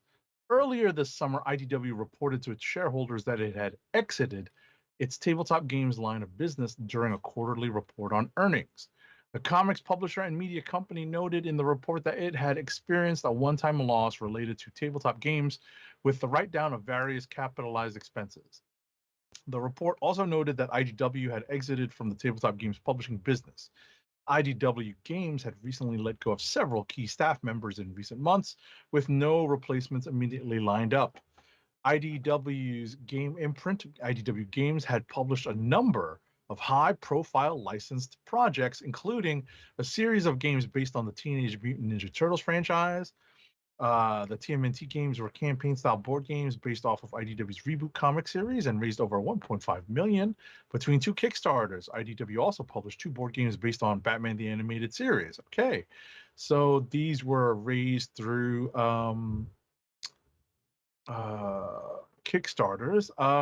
Despite the success of these and other Kickstarters, there were signs that IDW Games was in trouble. IDW Games had canceled several announced games, including several Metal Gear Solid board games, a Bomberman game, and a Lock and Key game. Okay, that's all too bad. Yeah. Also, shout out to Cheyenne Fat the Killer. Great movie. If you don't know what that was in reference to, don't even worry about it. Anyway, Teenage Mutant Ninja Turtles: The Last Ronin number 4 has been delayed until September 22nd. But if you want to know what other Teenage Mutant Ninja Turtles or comic books coming out for the rest of this year, hey, this is an article that will show you, that will tell you just that. I know this article says that The Last Ronin is coming out September 8th, but no, but down at the bottom of the article it says the 22nd, and I believe I have seen another article that said it was delayed again, which that series has been delayed again, even though it's coming out every 2 months, which is still crazy in all the fronts. But hey, but yeah, like I said, if you're a fan of Teenage Mutant Ninja Turtles and want to know what books are coming out and when for the rest of the year, then this article, all the new Teenage Mutant Ninja Turtle comics, graphic novels, and collections arriving in 2021 and beyond, has you covered. Next up. Speaking of Teenage Mutant Ninja Turtles, but not the new comics, but the old comics, Teenage Mutant Ninja Turtles #1 breaks a record at $245,000 is the highest amount paid for a Copper Age comic book. Copper Age, ladies and gentlemen, is for stuff that is that came out far more recently than some of the Silver Age stuff from the 60s to the 70s. So Comic Connect sold a CGC 9.8 copy of Teenage Mutant Ninja Turtles #1 with white pages for $245,000 on September 1st. The sale set a record for highest price paid, as I said, for a Copper Age comic book. It beat out the recent sale of another CGC 9.8 copy of the same comic with white pages that sold on Comic Connect for $240,000 on August 24th, 2021. These two recent sales completely eclipsed a January Heritage auction sale of a CGC 9.2 copy of the book that was signed by Kevin Eastman by over $200,000. Interesting. Indeed. Well, we can skip this one because this is a preview for that Star Trek The Mirror War issue that I talked about earlier. So, but if you're interested in seeing a preview of that Star Trek the Mirror Wars Zero issue that came out this week, this article has you covered. You can go check it out in the show notes. But I'll just do this next one and say that Hello Kitty meets Naruto in new Funko Pops. So two worlds are coming together as Naruto and Hello Kitty are being smashed together in new Funko Pops. There's Pop Animation Sanrio times or X Naruto features Maru, Chocolat, Hello Kitty, and My Melody. I will scroll through these figures. I'm sure that Hello Kitty Naruto one will go for big monies or be sold out quickly. And there are various Sanrio characters in the mold of Naruto characters. There you go. Next. In interesting news, Todd McFarlane shows off a Batman figure based off of his own artwork from the 1987 story Year 2, which ran in Detective Comics numbers 575 to 578. So, as part of McFarlane Toys' upcoming Batman Year 2 figures, one of the figures is going to feature an extremely long cape inspired by McFarlane's own artwork. He says it's the coolest, biggest Batman cape we've ever done. When describing the Target exclusive figure, which became available for pre-order on September 3rd as part of the retailer's Fall Geek Out event. The Batman Year 2 figure comes with attachable arms because it doesn't look right, it doesn't fit right if he has arms. Once the arms are on the figure, the lengthy, stylized cape can be swapped out for a more modest fabric cape. Also packaged with the figure is a card showing Batman against the moon, and over 1,000 units will be signed by McFarlane himself. My understanding is that those signed by McFarlane himself are going to be marked specifically that way. So if you are hunting for that signed card and signed figure, basically the signed figure, you have to be aware that it's going to be marked specifically that.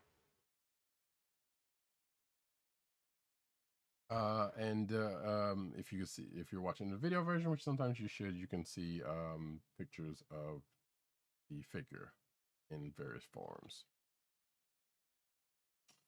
Next up, though, this is cool. I like this. Ronin Mandalorian in Beskar armor with Grogu figure hits the Star Wars movie realization figure line, which is a long way to say that, hey, they basically made a Mandalorian, a Lone Wolf and Mandalorian, a Lone Mandalorian and Cub figure for sale. So, yeah, let's see. Disney's The Mandalorian's back in Tamashii Nations Star Wars movie realization lineup. And this time, Mando brought along Grogu, aka Baby Yoda. The figure stands over 7 inches tall and features a brand new sculpt, complete with Beskar armor. The Grogu Baby Yoda figure is to scale and comes with a cool pram that's inspired by the wooden push carts from samurai era Japan. Also, Lone Wolf and Cub, if that is your frame of reference, like it possibly is for me. Probably it doesn't have spikes coming out the side, but that's just a missed opportunity. Accessories for the Mandalorian movie figure set includes Mando's blaster and jetpack, along with swappable hands, sword, and scabbard. Pre-orders are live, and it's $140, but you can probably find that, give or take it, in various different places. The release date is set for March 2022, but keep in mind that you won't be charged until the figure ships. That's from the place they're talking about. Well, it's probably most places. But also, there is a Nerf Mandalorian Ambin Phase Pulse Blaster replica that is set to arrive on October 1st.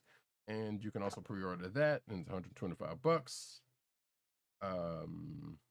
So yeah, it's a Nerf version of the Mando's rifle. So you can go check that out. Are you interested in either one of these? Not really, but it'd be if I were a different age and coming up, that Mando rifle would be pretty cool. The Yeah. disintegrator rifle. As a fan of Nerf stuff, I'm kind of interested in it, but that's a lot of money, and I don't have the place to put it.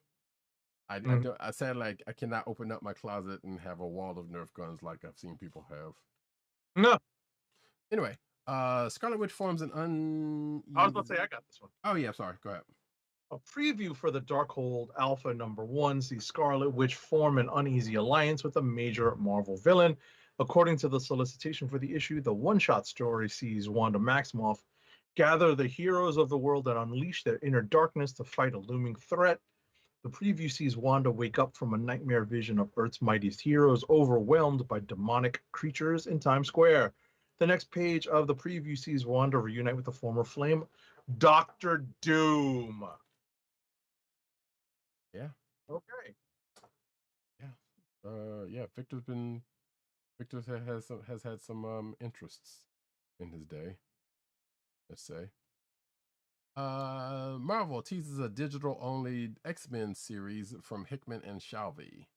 The writer Jonathan Hickman and writer-artist Declan Shalvey are collaborating on a digital-only X-Men series for Marvel Unlimited. A short 15-second video teases, quote-unquote, a new Comic X experience is coming to Marvel Unlimited on September 9th, which is today, as of this recording. We then see the Krakoan language on the screen translated into the names of Jonathan Hickman and Declan Shalvey, who will team this Marvel Universe exclusive series. I'm going to assume that this is on the app because I think we were checking earlier, and this and the next article doesn't seem to be up yet unless I'm missing something.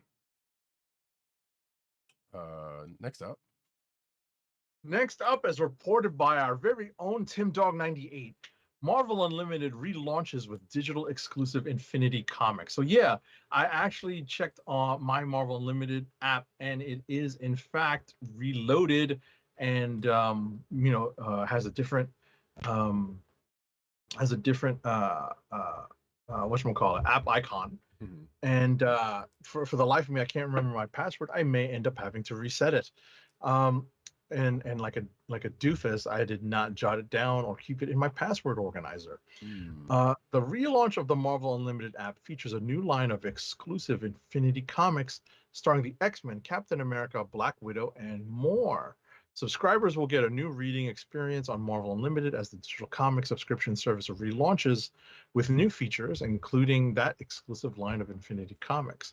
Infinity Comics are full-screen, high-resolution vertical series specifically designed for phones and tablets.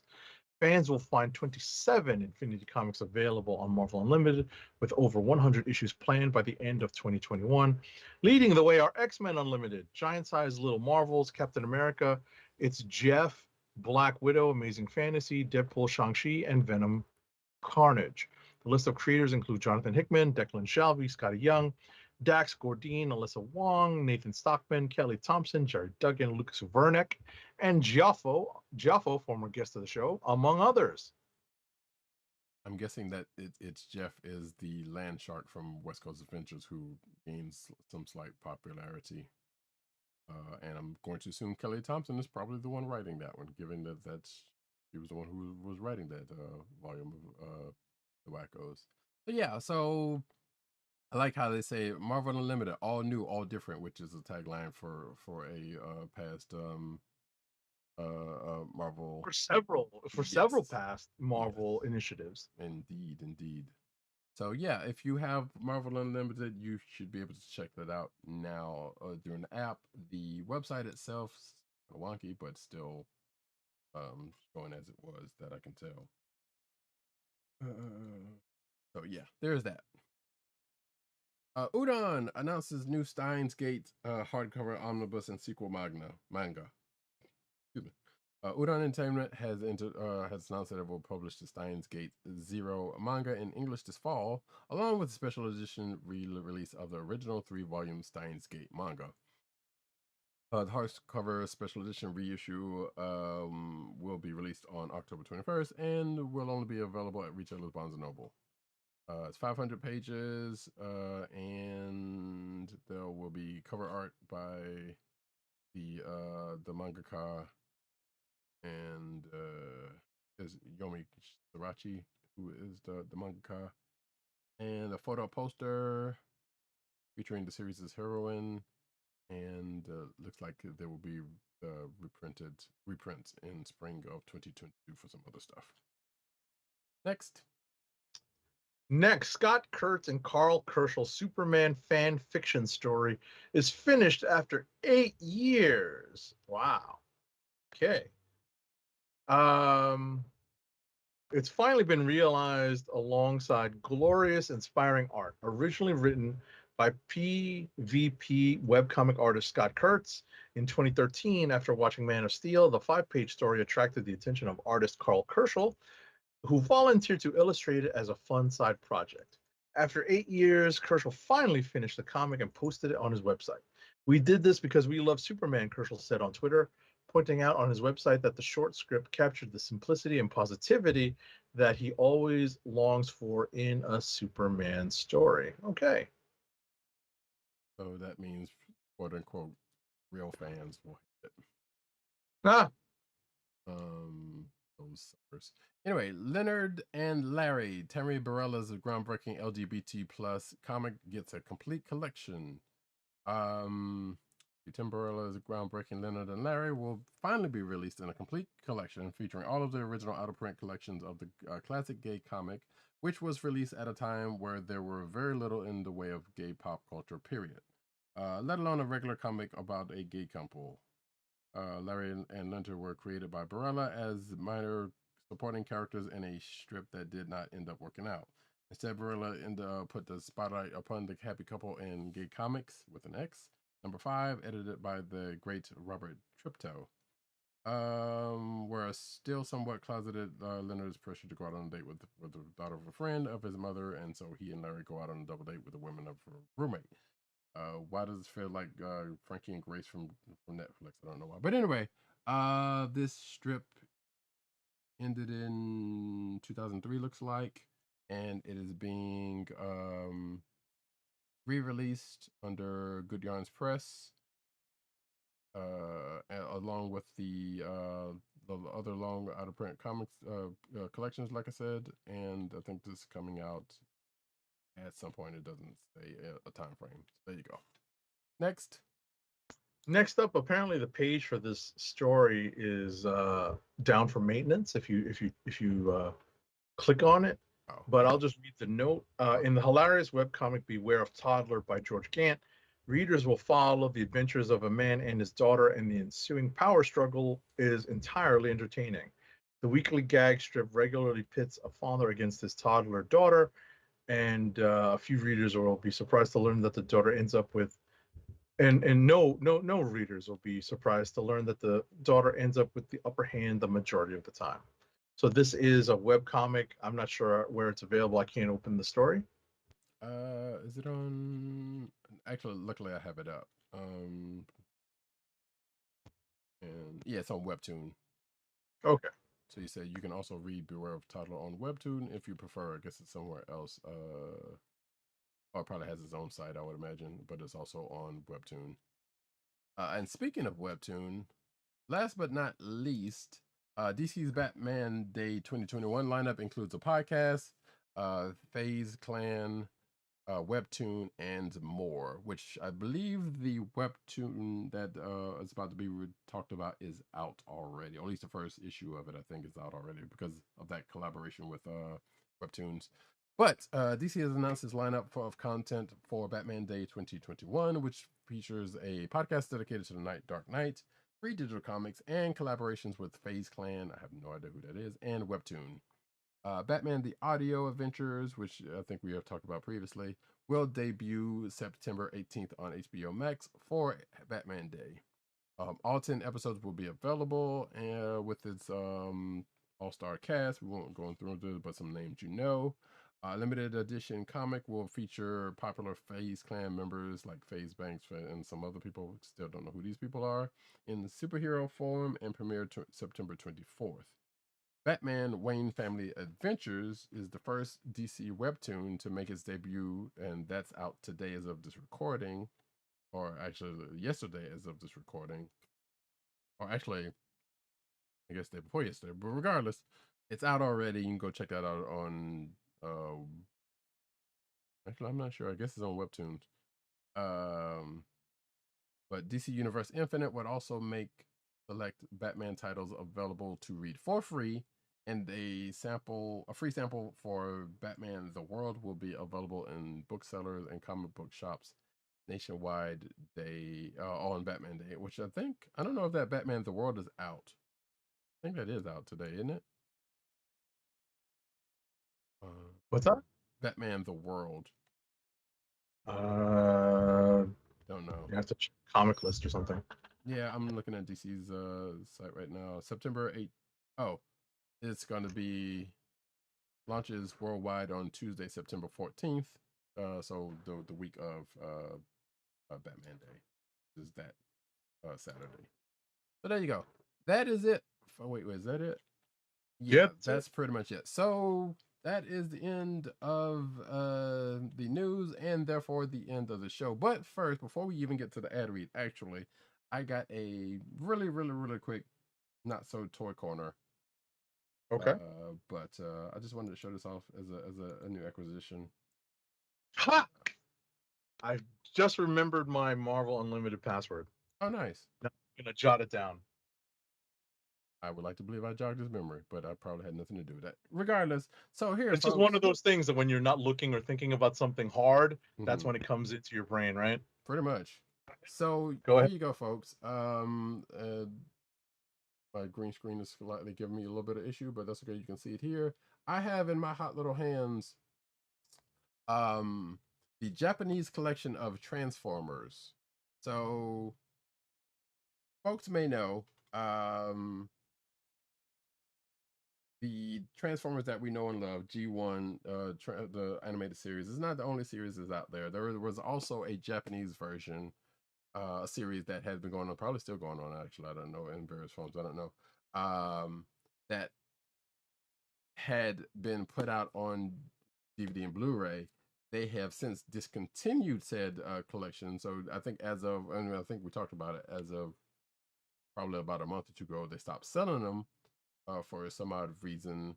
But I happened to be able to find a copy of it from a place, which I won't, we don't have a sponsor with them. So, it's irrelevant to where I got it from, but it was a gamble. Let's just say it's that type of a site. But here you go. Like I said, it is let's see, 1984. The Transformers. It says here that for the first time in North America, which granted this has been out for a good minute, the Headmasters, Super God, Master Force, and Victory. Which, if you remember us talking about Saber Victory or Victory Saber figure that Hasbro Pulse is putting out, that's one of the characters. I guess that's the main character that is in this series, or ends up being in the series rather. I'm looking forward to looking through this, because I've only seen like bits and pieces of it on like YouTube. So I plan on going through this at some point. And actually, speaking of Transformers, I believe season 3 of the G1's Transformers are probably going to be out by the time the audio version of this program comes out, which is probably going to be looks like Saturday. The way they've been putting those out. So I've been kind of going through season 2 on YouTube, and even though like I have a copy of all of them here, it's been interesting. But now, anyway, we can go into our final ad read. Our final ad read of the night is for Funko, Fun at First Sight. Your home for exclusive collectibles such as their world-famous pop vinyl bobbleheads, apparel, including t-shirts, hats, and socks, and brand merchandise such as their custom DIY pop figures, art books, and skateboards. And now the listeners of the Comic Book Chronicles can enjoy 10% off your entire purchase when shopping at Funko. To place your first order with 10% off and to help keep our show free for you, go to our network website at cspn.us. That's cspn.us. Then click on the Keep Our Podcast Free link at the top of the page. From there, scroll down to the Funko link and place your order. When you get to the checkout, put in the offer code SHOP10 SHOP10 for your 10% off discount. Funko through cspn.us. Do it today. So I didn't see this Baby Yoda that's on the site that they're showing on the front page of the site. That's pretty cute. So it's baby. Or if you're watching the video, you can see what I'm talking about. But it's Baby Yoda with a little. I guess that's the gear shift or a ball. I'm not sure which one that is, but it's cute. Anyway, folks. So those whatchamacallit, those unlimited comics, they're up on Marvel Unlimited on the app. Yeah, on the app. I'm looking at the X-Men one right now. Gotcha. Okay. Yeah, I think that's what they said. So cool beans. So you get, like I said, if you wait, are they free or are they? Because I don't think that article said. I'm assuming they're with. It says it looks like they're included. Oh, so that's included when you subscribe to Marvel Unlimited. Right. Okay, so not free. Right. My understanding. I mean, I read an article that I skimmed. I skimmed an article. I'll not overstate what I did. Sure. I skimmed an article, and what my understanding is that, you can download the app for free, right? And you have access to certain comics. And I think what they were touting was that you can read the X-Men Unlimited one for free if you're not a subscriber. Gotcha. But all the other ones require a subscription. But because we're both subscribers, we just need to access it on the app, and we should be able to read these new unlimited comics. For sure. I should pull that up on BlueStacks also. But anyway, yes. So, folks, like I said, if you have Marvel Unlimited, not a sponsor. It's just a service that we have used and enjoy. Right. We make a lot of use of it during the course of, we've made a lot of use of it over the course of the pandemic, especially. For sure. And especially when we were doing the Evergreen episodes. Mm-hmm. And now you can too, because I'm pretty sure, I don't think they have any deals going on, and I'm not going to tout them here anyway if they did. So that, folks, but if they want to sponsor us, all great. I would appreciate it. That's not going to change our reporting of your books, but still. Or our opinions of your books, but and that, folks, we come to the end of another exciting episode of the Comic Book Chronicles. My apologies for the low energy. It's been a week, and a night, but we will be back next week. I will get to that in a second. But you can find me, Roddykat. It's Roddykat on Twitter. You can find me at News Nurse Need on Twitter. You can find me at CBCaps on Instagram. Agent _70. You can on Twitter and Instagram. PC _dirt on Twitter. Pop Culture Net on Twitter. PopCultureNetwork.com. And his umbrella sites they're in, and probably still bite under Comic Reviews No Vowels. Tim DOGG98 on Twitter. The Osiris that is Ish. You can also find him at CB Cron, which is the Comic Book Chronicles Twitter account. You can also find him at The Click Nation on Twitter. That's TheKlickNation, all one word. TheClickNation.com. But first and foremost, you can find him at Comic Book Resources, where he's over there writing his face off. Definitely go check out his work and click on his articles, give that man some views, and read, for goodness sake. Reading is fundamental.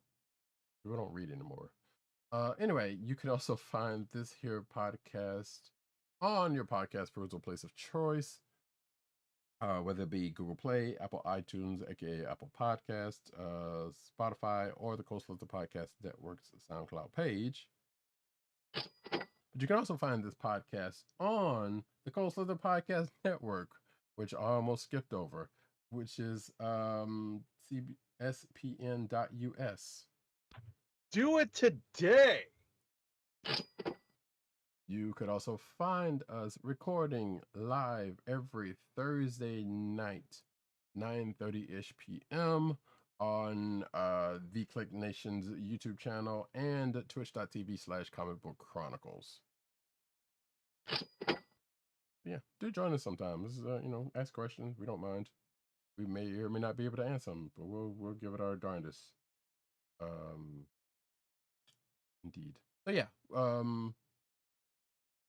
got another episode of What If next week to talk about. We don't have any movies to talk about. Well, just let me phrase that. If I get a chance to see Shang-Chi, we'll either talk about it in a special edition, in a treasure edition, or next week's show. We will see how that pans out.